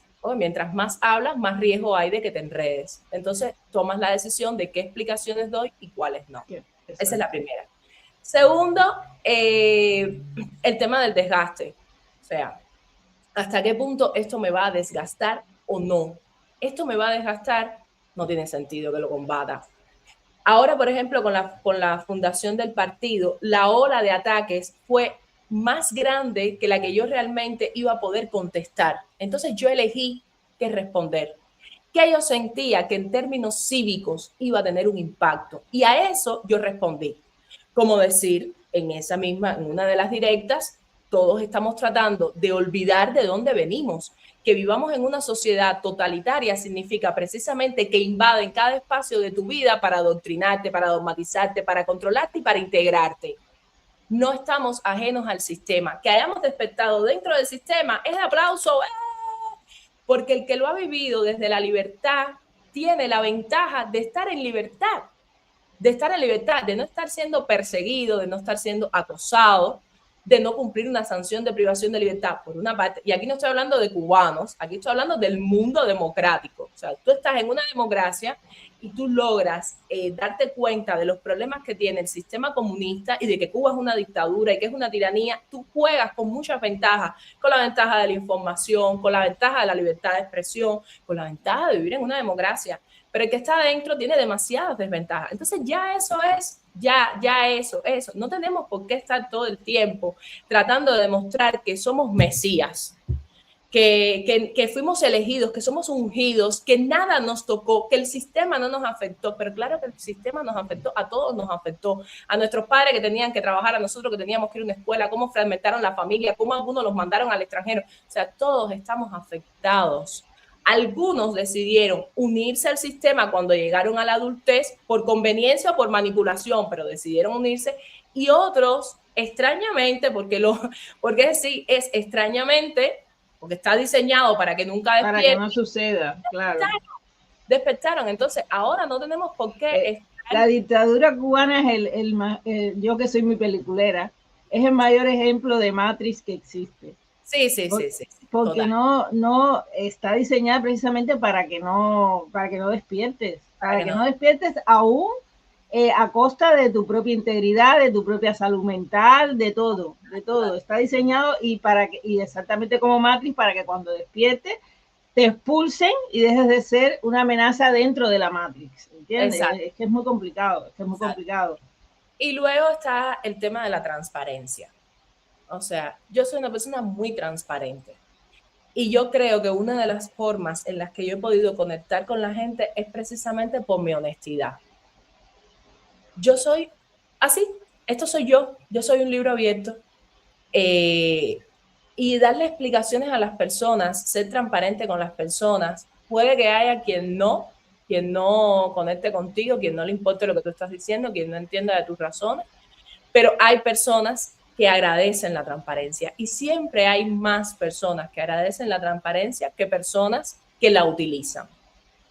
Por ejemplo, a mí muchas personas me preguntaron con la fundación del partido por qué o cuáles eran los mecanismos de financiamiento que iba a tener ese partido político. Yo agradezco esa pregunta, porque no hay nada que ocultar, y porque enseña, educa a las personas. En España, un partido político no recibe subvenciones a menos que tenga 1% de la población electoral que sea muy grande. Mi partido no tiene fines electorales porque no es un partido para España, es un partido para Cuba. Entonces, por supuesto, de esa manera no voy a recibir subvenciones.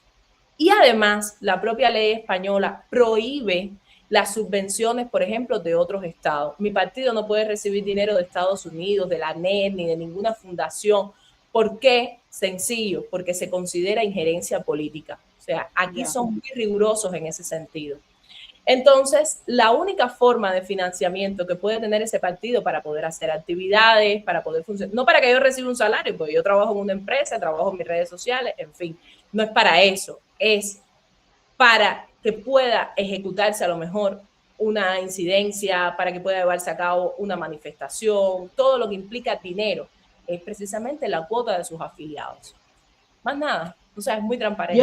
Yo vi que, es decir, revisando material para la entrevista, vi que habías explicado que estabas hablando de un lugar, que me imagino que sea como una web, independientemente de que puedan tener un lugar físico también o no, sí, donde la gente puede entrar a documentarse, no solo sobre la afiliación, ¿no? Sino también de qué va el partido, la ideología, todo, digamos, el programa del partido. Yo estaba hablando con Jorge de Arma, que también lo entrevisté, y me hablaba un poco de esto, ¿no? Que después llegado un momento te pasaré su entrevista, porque sin mencionar, yo creo que muchas veces la gente sin mencionar siempre te menciona, porque aunque puedan haber críticas o no, la gente ve cierta esperanza en el hecho de que haya una organización real, ¿no? Porque como él mismo explicaba ayer, una cosa son las organizaciones cívicas, otra cosa son los partidos, que digamos que tienen objetivos totalmente diferentes, ¿no? Entonces,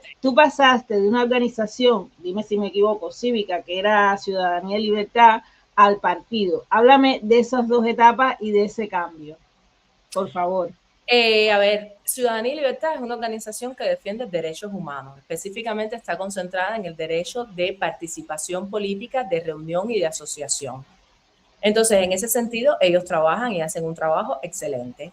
El tiempo que estuve ahí, por supuesto, fue un tiempo de madurar también, de aprender muchísimo, pero también fue un tiempo de convencerme de que yo quería ir a otro tipo de trabajo, de naturaleza, otro paso. Y esos son para mí los partidos políticos.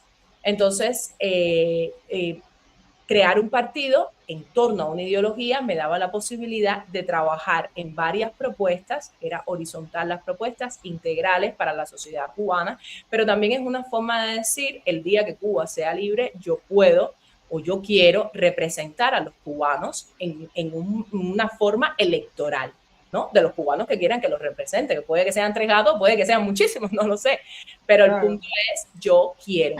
La sociedad civil, o sea, las organizaciones de defensa de derechos humanos y de la sociedad civil no tienen eso, no tienen fines electorales y además trabajan en un tema específico. En ese sentido, aportan muchísimo, porque son precisamente las que llevan a cabo procesos de investigación que proponen modificaciones, ampliaciones, en fin. Pero yo tenía claro hacia dónde quiero encaminarme, ¿no? Hacia dónde quiero ir. Yo no sé si yo mañana voy a estar sentada en la silla del gobierno del Cerro, ahí haciendo propuestas, o si va a ser incluso en los remates de Guane, yo no sé, ¿me entiendes? No lo sé. Yo tengo claro que yo quiero hacer propuestas para mejorar mi país y que yo quiero llevar adelante un proceso de defensa, de estructuración, de cambios que no solo se queden en el contexto económico, por ejemplo, como los que están tratando de vendernos, sino que sean cambios horizontales y estructurales, de abajo hacia arriba y de arriba hacia abajo. Y una pregunta, porque ya con esto quiero un poco ir terminando, porque yo te dije, son 20 minutos y creo que vamos con, mira, 1 hora y 16. Nunca son 20 yo hablo mucho. No, y a mí me gusta que la gente se tome su tiempo, porque muchas veces tratando de hacer síntesis, pierdes el contexto de las cosas, ¿no? Entonces mejor que la gente explique como lo tiene montado en la cabeza. Pero dicho esto, a ver, que te iba a preguntar, este proceso que tú quieres implementar o que tú quieres hacer, tú lo tienes ya estructurado, es decir, bien estructurado desde el punto de vista social, cultural, económico, político, jurídico, lo tienes ya bien montado con equipos de trabajo y todo esto. Mira, te agradezco la pregunta, porque es un sí y un no a la vez. Es un sí porque el equipo básico de fundadores del partido, cada uno tiene su responsabilidad y sus propias áreas de trabajo. Entonces es un sí. Pero no está nada escrito en piedra. Lo que está escrito en piedra es que es un partido liberal y que trabaja con un eje liberal y que vamos a defender el liberalismo como la solución para los problemas que tiene Cuba. Y que vamos a trabajar en todas las áreas que podamos abarcar, pero estamos en un proceso inicial. O sea, nosotros acabamos de fundar el partido en mayo. El proceso de inscripción en el Ministerio del Interior aquí en España toma alrededor de 3 meses y una vez que emiten el CIF, que es el número de identificación fiscal, es que nosotros podemos hacer, abrir una cuenta bancaria y ya con el registro podemos convocar a la primera asamblea de asociados. Y en este proceso lo que hemos es ido agrupando asociados que se están afiliando a través de la propia web del partido que existe y que tiene esas mismas propuestas que tú me preguntas. Todas las propuestas iniciales están ahí y hay propuestas en términos de educación, de salud, de energía, de todos los sectores de la sociedad cubana hay propuestas ahí. Mira, yo te voy a pedir un momentico aquí en el chat privado que tú me pongas, si te sabes de memoria, por supuesto, si no, no pasa nada, el nombre de la web. Es muy sencillo, te lo estoy escribiendo, porque es el nombre del partido. ¿Pero con siglas o el nombre entero? Partido Liberal Clásico Cubano.com. Ahí lo tienes. Vale, pues ahora yo esto lo pongo ahí y el que quiera hacer un para y lo pone. Sígueme explicando, por favor. Sí, entonces, nada, ¿qué dijimos nosotros? Bueno, nosotros vamos a trabajar en las propuestas primarias, las vamos a dejar descritas para que las personas cuando se acerquen a la web sepan de nuestra ideología, sepan de nuestras propuestas y quiénes somos los fundadores de ese partido, ¿no? Pero de ampliar las propuestas, nosotros dijimos que queríamos tener la mayor cantidad de afiliados posibles para ese minuto. Pensamos que, la primera asamblea seguro la hacemos como con 100, 150 afiliados. Cuando tengamos 150 afiliados, hacemos la primera, los 150 afiliados llegaron a las 24 horas de haber fundado el partido. Y ¿Cuántos tienes ya? ¿Cuántos tienes? Solo por tener una idea. ¡Wow! Tendría que entrar, Antonio. Afiliados por la web, tenemos creo como 500, ¿no? Quizás un poco más, no sé. Y desde Cuba se pueden afiliar, porque si desde Cuba... A ver, sin que deje rastro, porque yo también oí toda tu explicación de que ustedes estaban tratando de compartimentar todo como para que desde Cuba no pudieran tener la información de los que estén desde Cuba, pero eso se puede hacer. Sí, mira, primero tenemos afiliados de Cuba. Porque he hecho la tarea, ¿eh? ¿Has visto que he hecho la tarea? Por una parte, tenemos los afiliados, tenemos personas que ya se han afiliado desde dentro de Cuba. Yo lo que creo es que también hay mucha gente que cree que afiliarse es seguirnos en las redes sociales, porque todo el tiempo hay personas que nos escriben por las redes sociales, ya te estoy siguiendo, entonces el partido muy rápidamente en un mes tiene como 7,000 y pico de seguidores, entonces yo creo que para ellos eso es también. Esta es la métrica de que 729 afiliados por la web. Esa es la cantidad de personas que están afiliadas. Esa gente podrá, digamos, cotizar, como se dice aquí, una vez que ustedes tengan su NIF y tengan todo establecido correctamente. Exactamente. Cuando ya esté el CIF, pues esas personas serán, sí, pagarán su cuota de afiliados y por supuesto también tendrán los derechos que implica ser afiliados. Ahora, nosotros lo que no quisimos fue hacer distinción entre los derechos y deberes de los que están dentro de Cuba y de los que están fuera.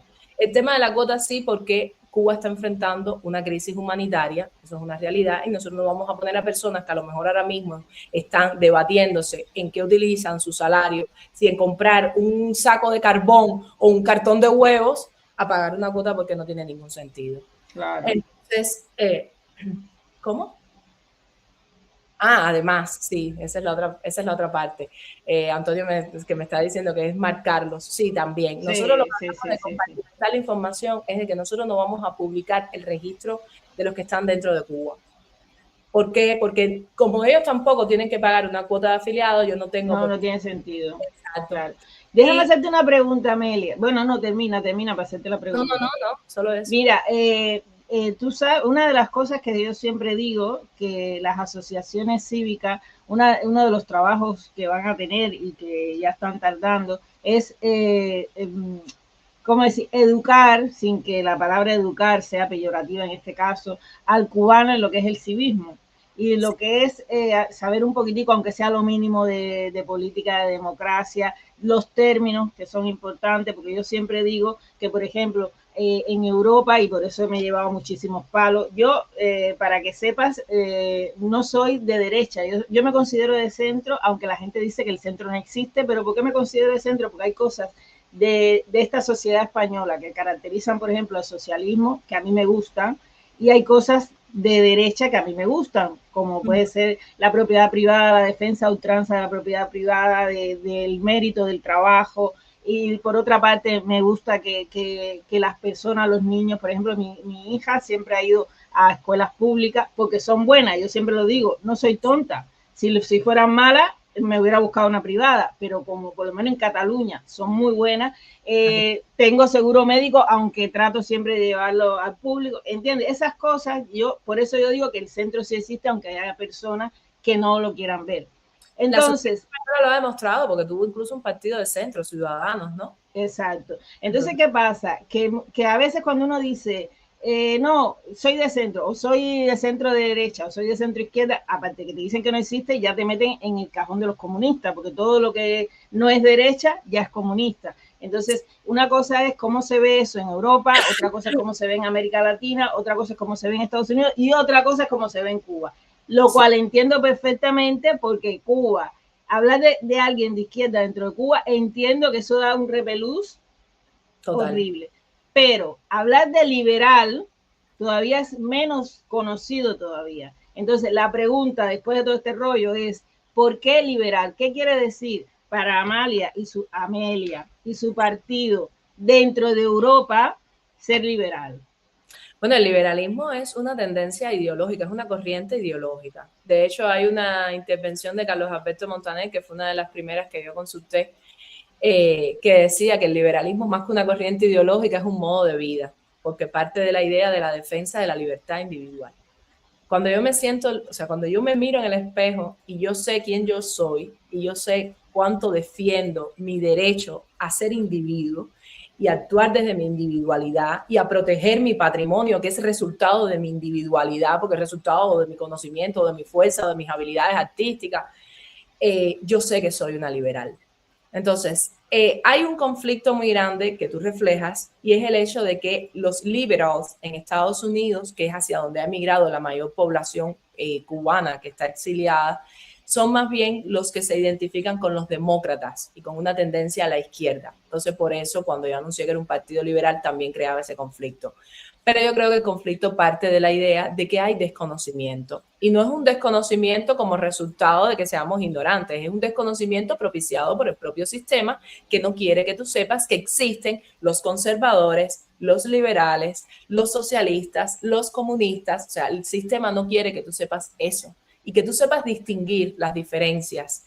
Y los liberales de por sí tienen una conducta hacia la derecha moderada, que era algo de lo que tú hablabas. Por eso en España, por ejemplo, se conoce como centro derecha, porque su conducta siempre es más moderada que la de los conservadores, que pueden ser una ultraderecha.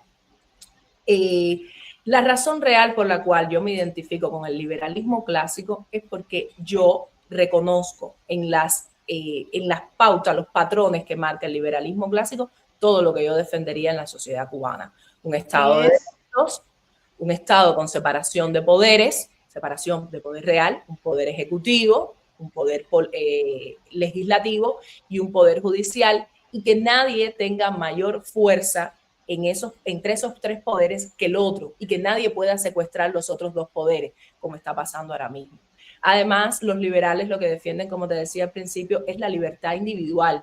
Y eso además impulsa que el Estado todo el tiempo tiene que rendir cuentas al individuo. O sea, el individuo es más fuerte y el Estado es más débil. Y por supuesto, eso hace, por ejemplo, que tú puedas fiscalizar y controlar los recursos que está utilizando el Estado. Porque como en cualquier país del mundo democrático, al final la función de los Estados es la de ser una especie de administrador de recursos, donde yo, a partir de los impuestos que voy recaudando de las personas, voy ejecutando ahí. Pero habría impuestos entonces. Exactamente. No, a ver, el mundo funciona con un sistema de impuestos, no se borran los impuestos. Lo que pasa es que la característica de los países liberales o de los países donde prima el liberalismo es que los impuestos son más bajos, porque lo que se potencia es la riqueza del individuo y el Estado tiene que actuar con esas riquezas más limitadas y responder al individuo a partir del uso que le da a ese dinero.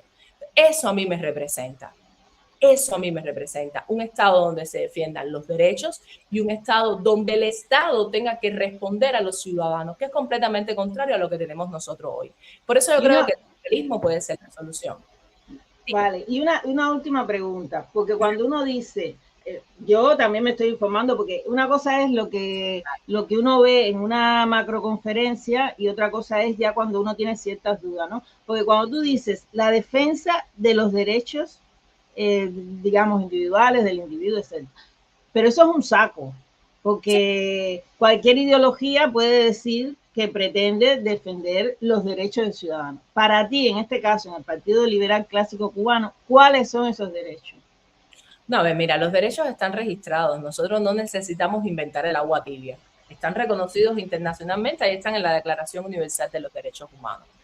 Y te puedo relatar incontables, pero yo creo que los estados como el nuestro, que más que un estado, bueno, es una dictadura, es totalitario, no hay una defensa de los derechos del individuo, porque para empezar, no hay un reconocimiento de que son derechos inalienables del ser humano. En los estados comunistas te otorgan o te quitan derechos a partir de tu lealtad política. O sea, estás afiliado a mí, puedes expresarte libremente, porque estás expresándote en favor de mí.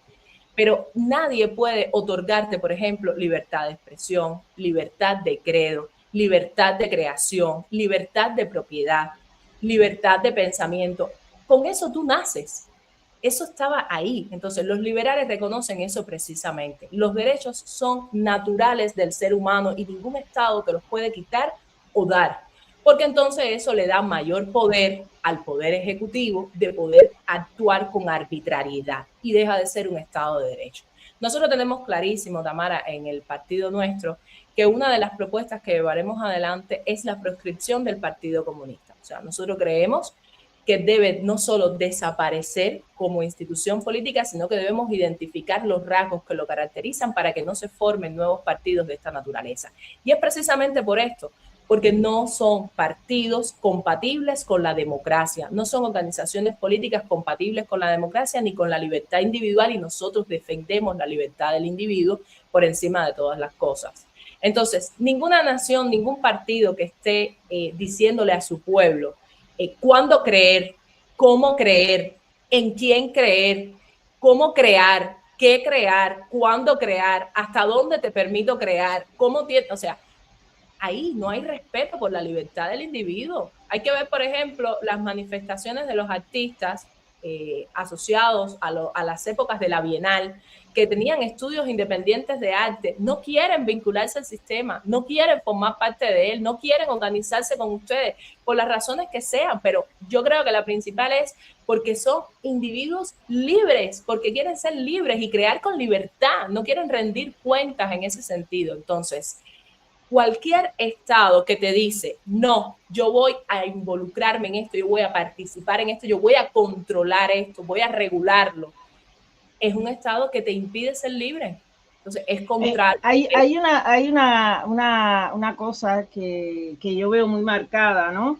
Y es que muchas veces hablamos de los derechos de los que hemos carecido siempre, ¿no? Y a veces olvidamos los derechos que de alguna manera hemos tenido, aunque sea al coste que los hemos tenido. ¿Y de qué hablo? Hablo de, por ejemplo, educación, salud, estas cosas, ¿no? Y a mí lo que me preocupa, y con esto quiero terminar el escrutinio este que le estoy haciendo a tu partido, a mí lo que me preocupa es llegar con un partido liberal, yo me imagino que al estilo Milei, no sé, a lo mejor un poco menos... Pero bueno, sí. Sí. Vale. A una población donde casi el 90%, a ver, las cifras nadie las sabe, ni ellos mismos, el 90% del 90% de la población es pobre, pobre, pobre. ¿Entiendes? Pobreza el 89%. Exacto. Entonces, una población que, aunque tenga libertad, no va a tener libertad económica. No va a poder decir, a menos que tengan familiares en el extranjero, lo que pasó en la época de Obama, que el que estaba afuera le mandaba dinero y el que estaba dentro hacía un chinchal, aunque fuera en la ventana de la casa, no sé qué, que para mí eso tampoco es progreso, pero es una manera de empezar.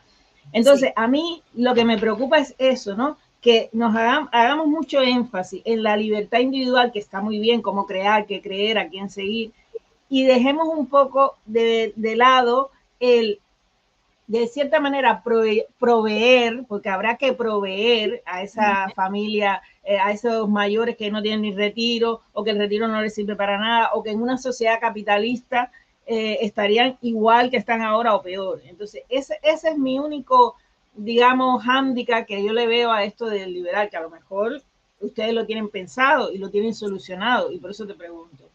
Mira, lo primero es que por eso precisamente es que tenemos la web, porque esta naturaleza de dudas son bastante comunes y hay que educar a las personas, como tú decías, necesitan un corte pedagógico, un eje pedagógico, para que entiendan qué es lo que estamos proponiendo y para que lo defiendan o no, pero desde el conocimiento.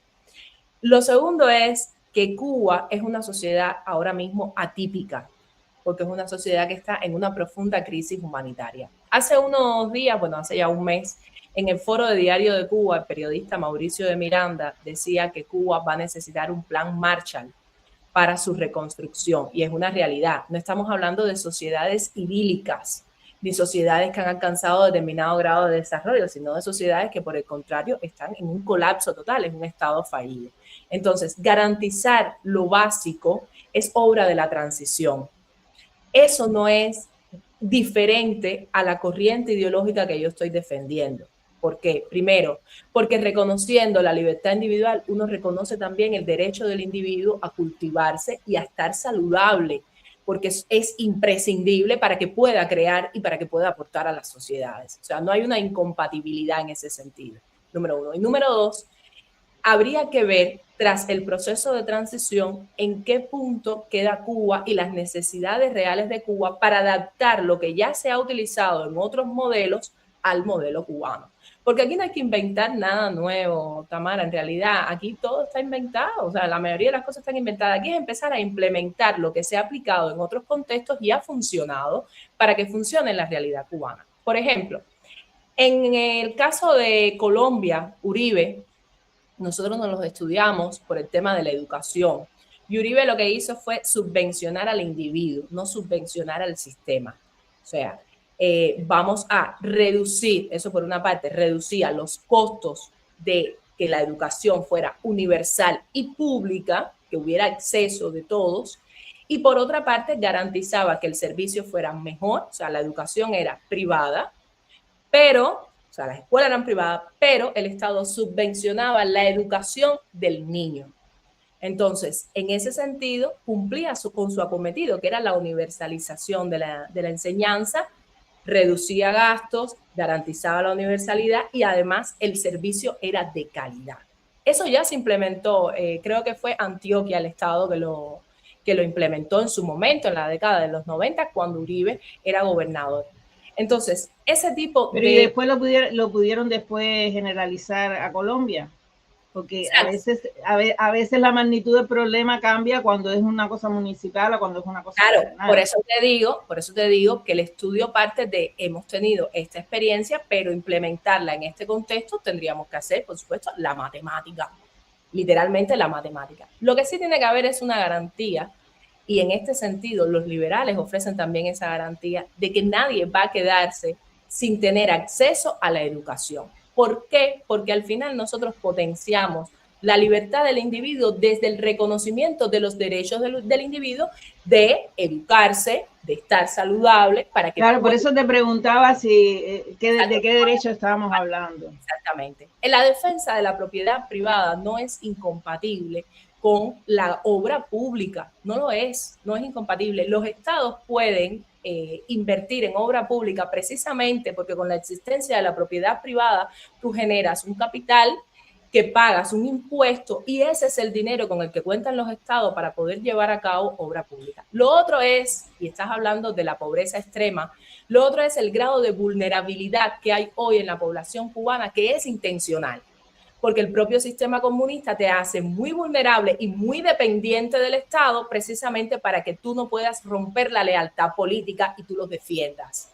Entonces, es impensable en cualquier sociedad, no la cubana, en cualquier sociedad es impensable que un médico para comer dependa del Estado. No lo necesita porque es una persona que está creando un bien demasiado importante como para que su salario no le permita a él pagarse una escuela, un seguro médico privado. O sea, ¿cuántos médicos nosotros conocemos en este contexto, incluso cubanos, que son médicos exitosos? ¿Por qué? Porque el valor que ellos le dan, le aportan a la sociedad, no los hace dependientes del sistema. Al contrario, el Estado depende de personas así que pueden crear. Y que con ese dinero que esas personas generan es que el Estado puede realmente ayudar al que sí es dependiente, al que sí es vulnerable. La vulnerabilidad hoy de Cuba es intencional, es una vulnerabilidad creada, es una vulnerabilidad estructurada de que yo controlo si te doy la casa, yo controlo si te doy el pan, yo controlo, porque todo parte del control.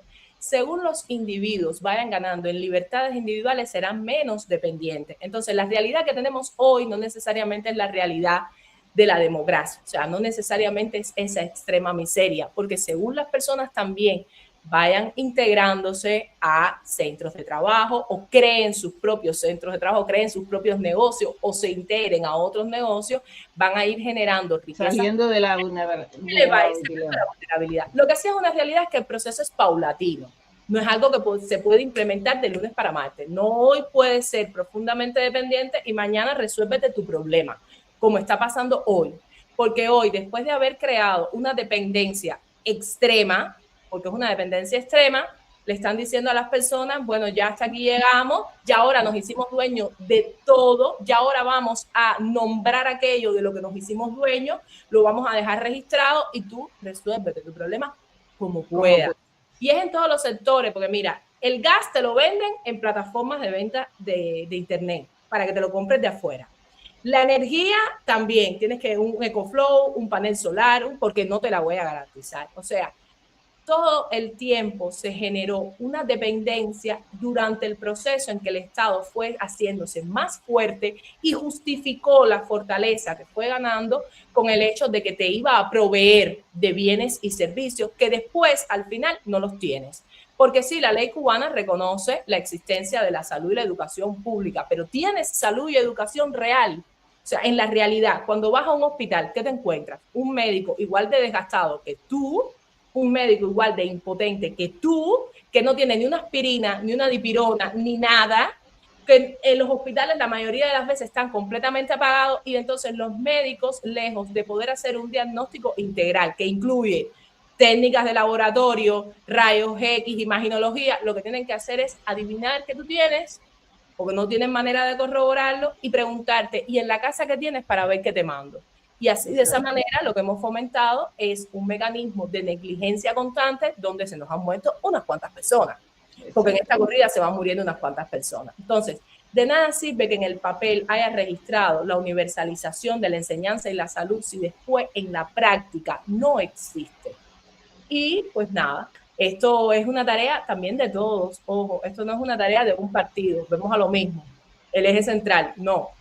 Esto es una tarea de todos. Yo estoy segura que en ese sentido no solo los partidos políticos van a tener protagonismo, también la sociedad civil. Eso es otra cosa que el liberalismo defiende, la existencia de la sociedad civil y la fuerza que cobra la sociedad civil para desde su propio eje de trabajo puedan hacer propuestas que puedan ser implementadas, estudiadas por los partidos e implementadas después como poder ejecutivo.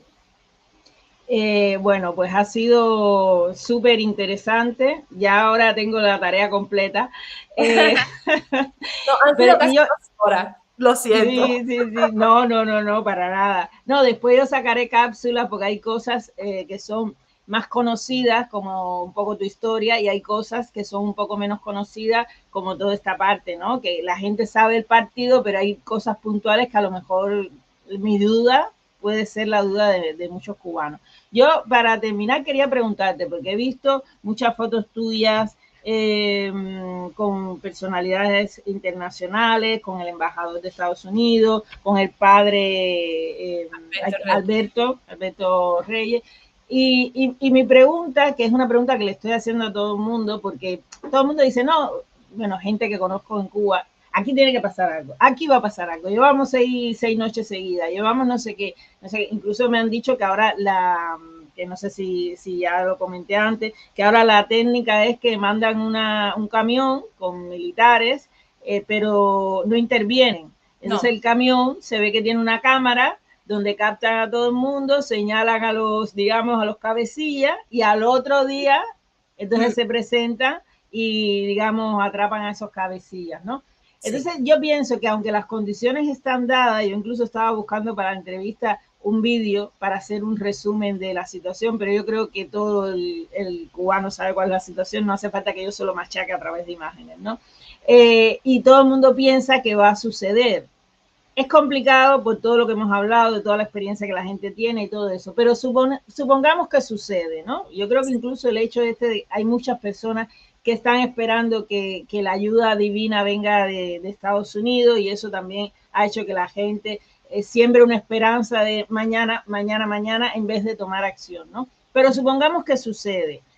¿Crees que en tu caso o en caso de otros opositores hay una fuerza tal como para interceder con organizaciones internacionales a favor de una posible masacre, digamos, ¿no? Es un poco fuerte la palabra, no sé incluso si me pueden censurar aquí, le tendré que poner un pip para que no saque la palabra, pero suponiendo que hubiera un estallido, ya sabemos lo que fueron, y sabemos también que la gente, si sale, va a salir de otra manera, es decir, ya sabe que le van a dar golpe y saldrán a defenderse, con lo cual puede haber una cosa bastante violenta. ¿Tú crees que la oposición, el exilio, está preparado para acercarse, porque yo creo que es la única manera que podría interferir, porque se sabe que hacer redes de ayuda dentro de Cuba, todo esto es prácticamente imposible? Entonces yo creo que cuando hablamos de puede hacer algo la oposición, de como yo lo veo es desde este punto, ¿no? Dirigirse a organizaciones, a países, a parlamentos. ¿Tú crees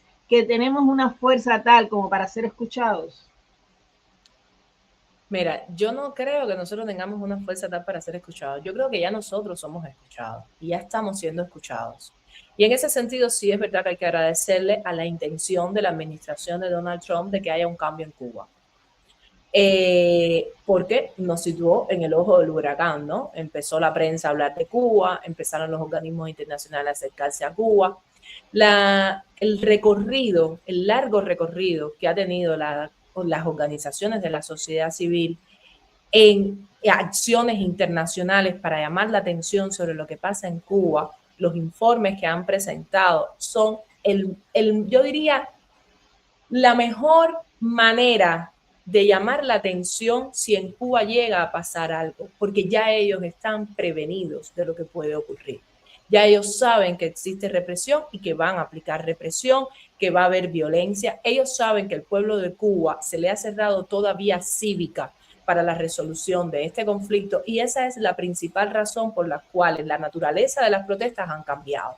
Fíjate que las protestas ahora queman basura, tocan caldero, pero son más de enfrentamiento que posiblemente las del 11 de julio, con la inmensa diferencia que las acciones del 11 de julio fueron simultáneas y las que hoy tenemos no son simultáneas, son locales, pero son muy intensas.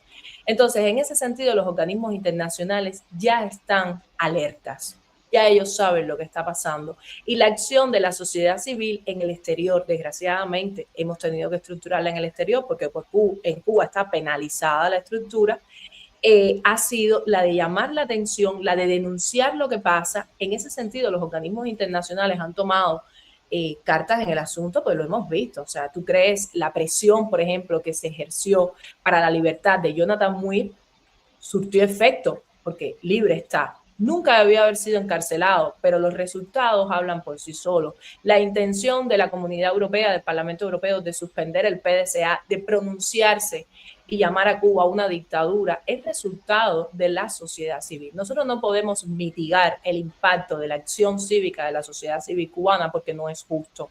Nadie hablaría de Cuba ni a nadie le importaría Cuba si no fuera porque los cubanos nos colamos en todos los lugares a hablar de Cuba. ¿Que se puede hacer más? Siempre se puede hacer más. Siempre se puede hacer más. Que en el minuto que ocurra haya una garantía de que los organismos internacionales vayan a intervenir, esa garantía nunca nos las van a dar. ¿Por qué no nos las van a dar? Porque depende de muchos factores, hay muchas variables en el tablero. Y una de esas variables es que como mismo en los organismos internacionales hay relatores dispuestos a escucharnos y a defendernos, también hay otros que son afines al régimen y que tienen intereses políticos con el régimen y defienden los intereses del régimen. Y eso tenemos que tenerlo clarísimo. Pero ni todos los organismos están en contra de nosotros, ni todos están a favor de nosotros. Por demás, lo que ocurra es desconocido, porque desconocemos lo que va a ocurrir.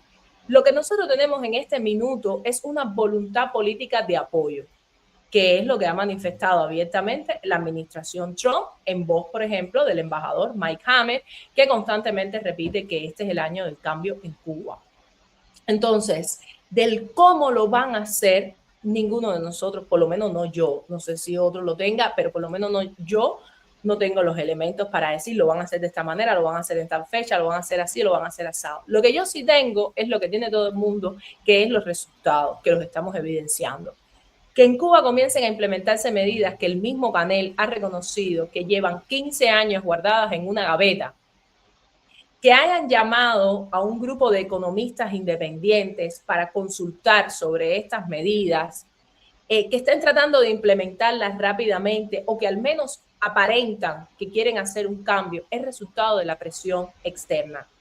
Es así, es una realidad. Ahora, que los Estados Unidos se conformen o no con estas medidas, ya son otros 20 pesos. Ya eso es algo que tendríamos que ver. Los que sí no nos vamos a conformar con nada que les permita a la dictadura mantenerse con impunidad y mantenerse en el poder al riesgo de que el pueblo de Cuba sufra, somos nosotros. Los que no podemos permitir que eso ocurra somos nosotros y en ese sentido nosotros tenemos que continuar. ¿Cuál va a ser nuestro lugar si en Cuba mañana hay otro estallido social? Y ojalá sea muy pronto ese estallido social porque realmente las personas están desesperadas. ¿Cuál va a ser nuestro lugar? Apoyarlos. Por ejemplo, el próximo 11 de julio nosotros vamos a estar en la Plaza del Sol en Madrid convocando ahí a todos, cubanos o no cubanos, a que participen con nosotros en denunciar las violaciones de derechos que se cometen en nuestro país y a pedir el fin de la dictadura. Entonces, ¿ya han empezado la campaña?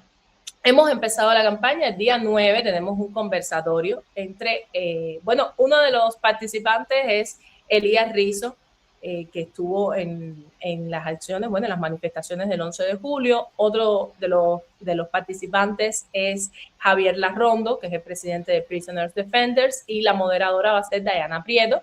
Bueno, ahí vamos a tener un conversatorio en la Casa del Cura a las 5 de la tarde, el día 9. Después, el día 10, vamos a tener un coloquio internacional, que ahí tenemos invitados de lujo, porque tenemos invitados internacionales para enseñar cómo se ve Cuba desde afuera. El moderador va a ser el señor Antonio Guedes, antiguo fundador de la Unión Liberal de Cuba.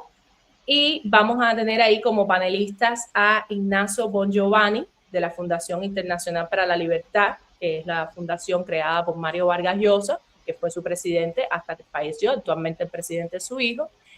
Va a estar con nosotros también Percival Manglano, del Partido Popular Español, o sea, un ex diputado por el Partido Popular Español. Y vamos a tener a Juan Navarrete, que también es un politólogo, un analista internacional, nos va a estar acompañando para hablar de todo esto, por ejemplo, de transición, de cómo ha sido la experiencia en otros países durante la transición y cuáles serían las recomendaciones que se le pudiera hacer a Cuba en un periodo de transición. Y por último, el día 11 vamos a tener una jornada completa desde las 2 de la tarde hasta las 9 de la noche. Vamos a comenzar a las 2 de la tarde con una mesa informativa, va a haber un performance de artistas cubanos. El performance está organizado por uno de nuestros escritores, Rafael Vilches, y ya finalmente a las 7 de la tarde pues vamos a leer la declaración por el 11 de julio, y tras la declaración por el 11 de julio pues va a haber un concierto de artistas cubanos con una manifestación pidiendo por la libertad de Cuba. O sea, hay una jornada completa de 3. Yo por eso quise hacer estas directas, quise hacerlas grabadas, porque yo me imaginé que los opositores, los políticos, los activistas, el día 11 estarían, y sobre todo porque se cumplen 5 años, estarían haciendo actividades. Entonces dije, déjame hacerlo antes, porque ellos también en Facebook querían también aportar, ¿no?, su granito de arena para el que no pueda estar en Madrid, en la Plaza del Sol, pueda. Yo, si cualquier publicidad que vea, pues trataré, como hago siempre, de compartirla, ¿no? Pues Amelia, un placer, me ha encantado conocerte, me ha encantado escuchar tu historia de primera mano, porque siempre es mejor que oírla, digamos, de terceros, o oírla dentro de una directa donde estás un poco a la defensiva, que te entiendo perfectamente, que te admiro por ese valor de todo, de protestar dentro de Cuba, de salir con 3 niños a lo desconocido, porque aunque sea una democracia y un país desarrollado y todo eso, es salir a lo desconocido, de curar, de sanar, que eso es importante, y hay que tener valor para sanar, porque es más fácil entregarse al odio y estar renegando cada 5 minutos de todos y de todo.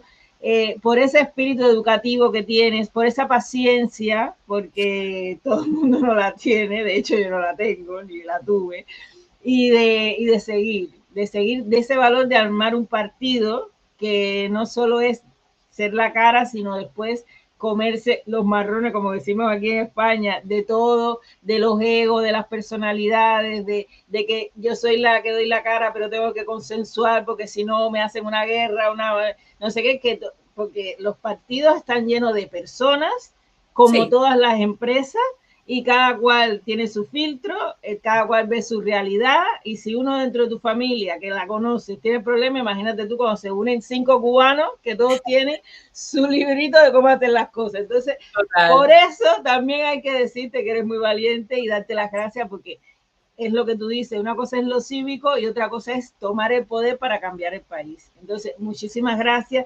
¿Quieres decir algo que yo no te haya preguntado? No, absolutamente nada. Que se congreguen, bueno, si la directa o el programa va a salir antes del 11 de julio, que los que puedan estén cerca de Madrid, aunque sea en otra de las provincias cercanas aquí a Madrid, que vayan el día 11, que necesitamos demostrar primero al pueblo de Cuba que no están solos, porque muchas veces les pedimos que salgan a las calles, pero nosotros también, que estamos en condiciones mejores, pues nos quedamos desde la comodidad sin actuar, sin interactuar.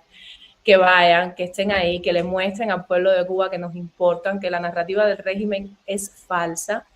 Y también a todos los que sientan esa voluntad de querer ayudar al pueblo de Cuba, aunque no sean cubanos, que están más que invitados y que tenemos una labor ardua por demostrar cuál es la realidad de nuestro pueblo. Solo nosotros podemos contar la verdad de Cuba. Así que Es nada. verdad. Como le dijiste a una dirigente del País Vasco. Solo Sí. nadie me va a venir a decir a mí cómo se vive Cuba. No.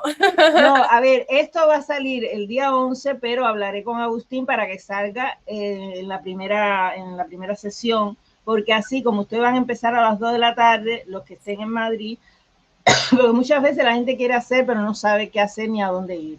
Entonces le diré, de todas maneras también sacaré algunos extractos y este en concreto lo sacaré para darle publicidad incluso antes, ¿entiendes? Y cada vez que vea algo tuyo, pues ya lo te pedía que no te fueras un momentico, que voy a hacer el cierre de la directa y me gustaría terminar contigo, ¿vale? Sí. Muchísimas gracias. Pues bueno, ya la han visto. Como dice ella, lo que ven es lo que hay. Yo he dejado puesto la dirección de la página web. Espero que los que estén interesados y compartan esta ideología, esta forma de hacer política, vayan, se documenten, que nunca se guíen por el comentario de terceras personas. Uno siempre, siempre, siempre debe tener pensamiento crítico y saber que cuando uno emite un criterio, aunque sea el de otra persona, uno lo está representando. Entonces es mejor representar el criterio propio que el criterio de una tercera persona. Siempre hay que escuchar a la fuente y en este caso la fuente nos ha dedicado casi 2 horas, lo cual merece todo nuestro respeto y toda nuestra consideración. En otra directa hablaremos específicamente de los presos políticos, así que si se le ha sabido a poco, espero que sigan conectados con el canal. Muchísimas gracias.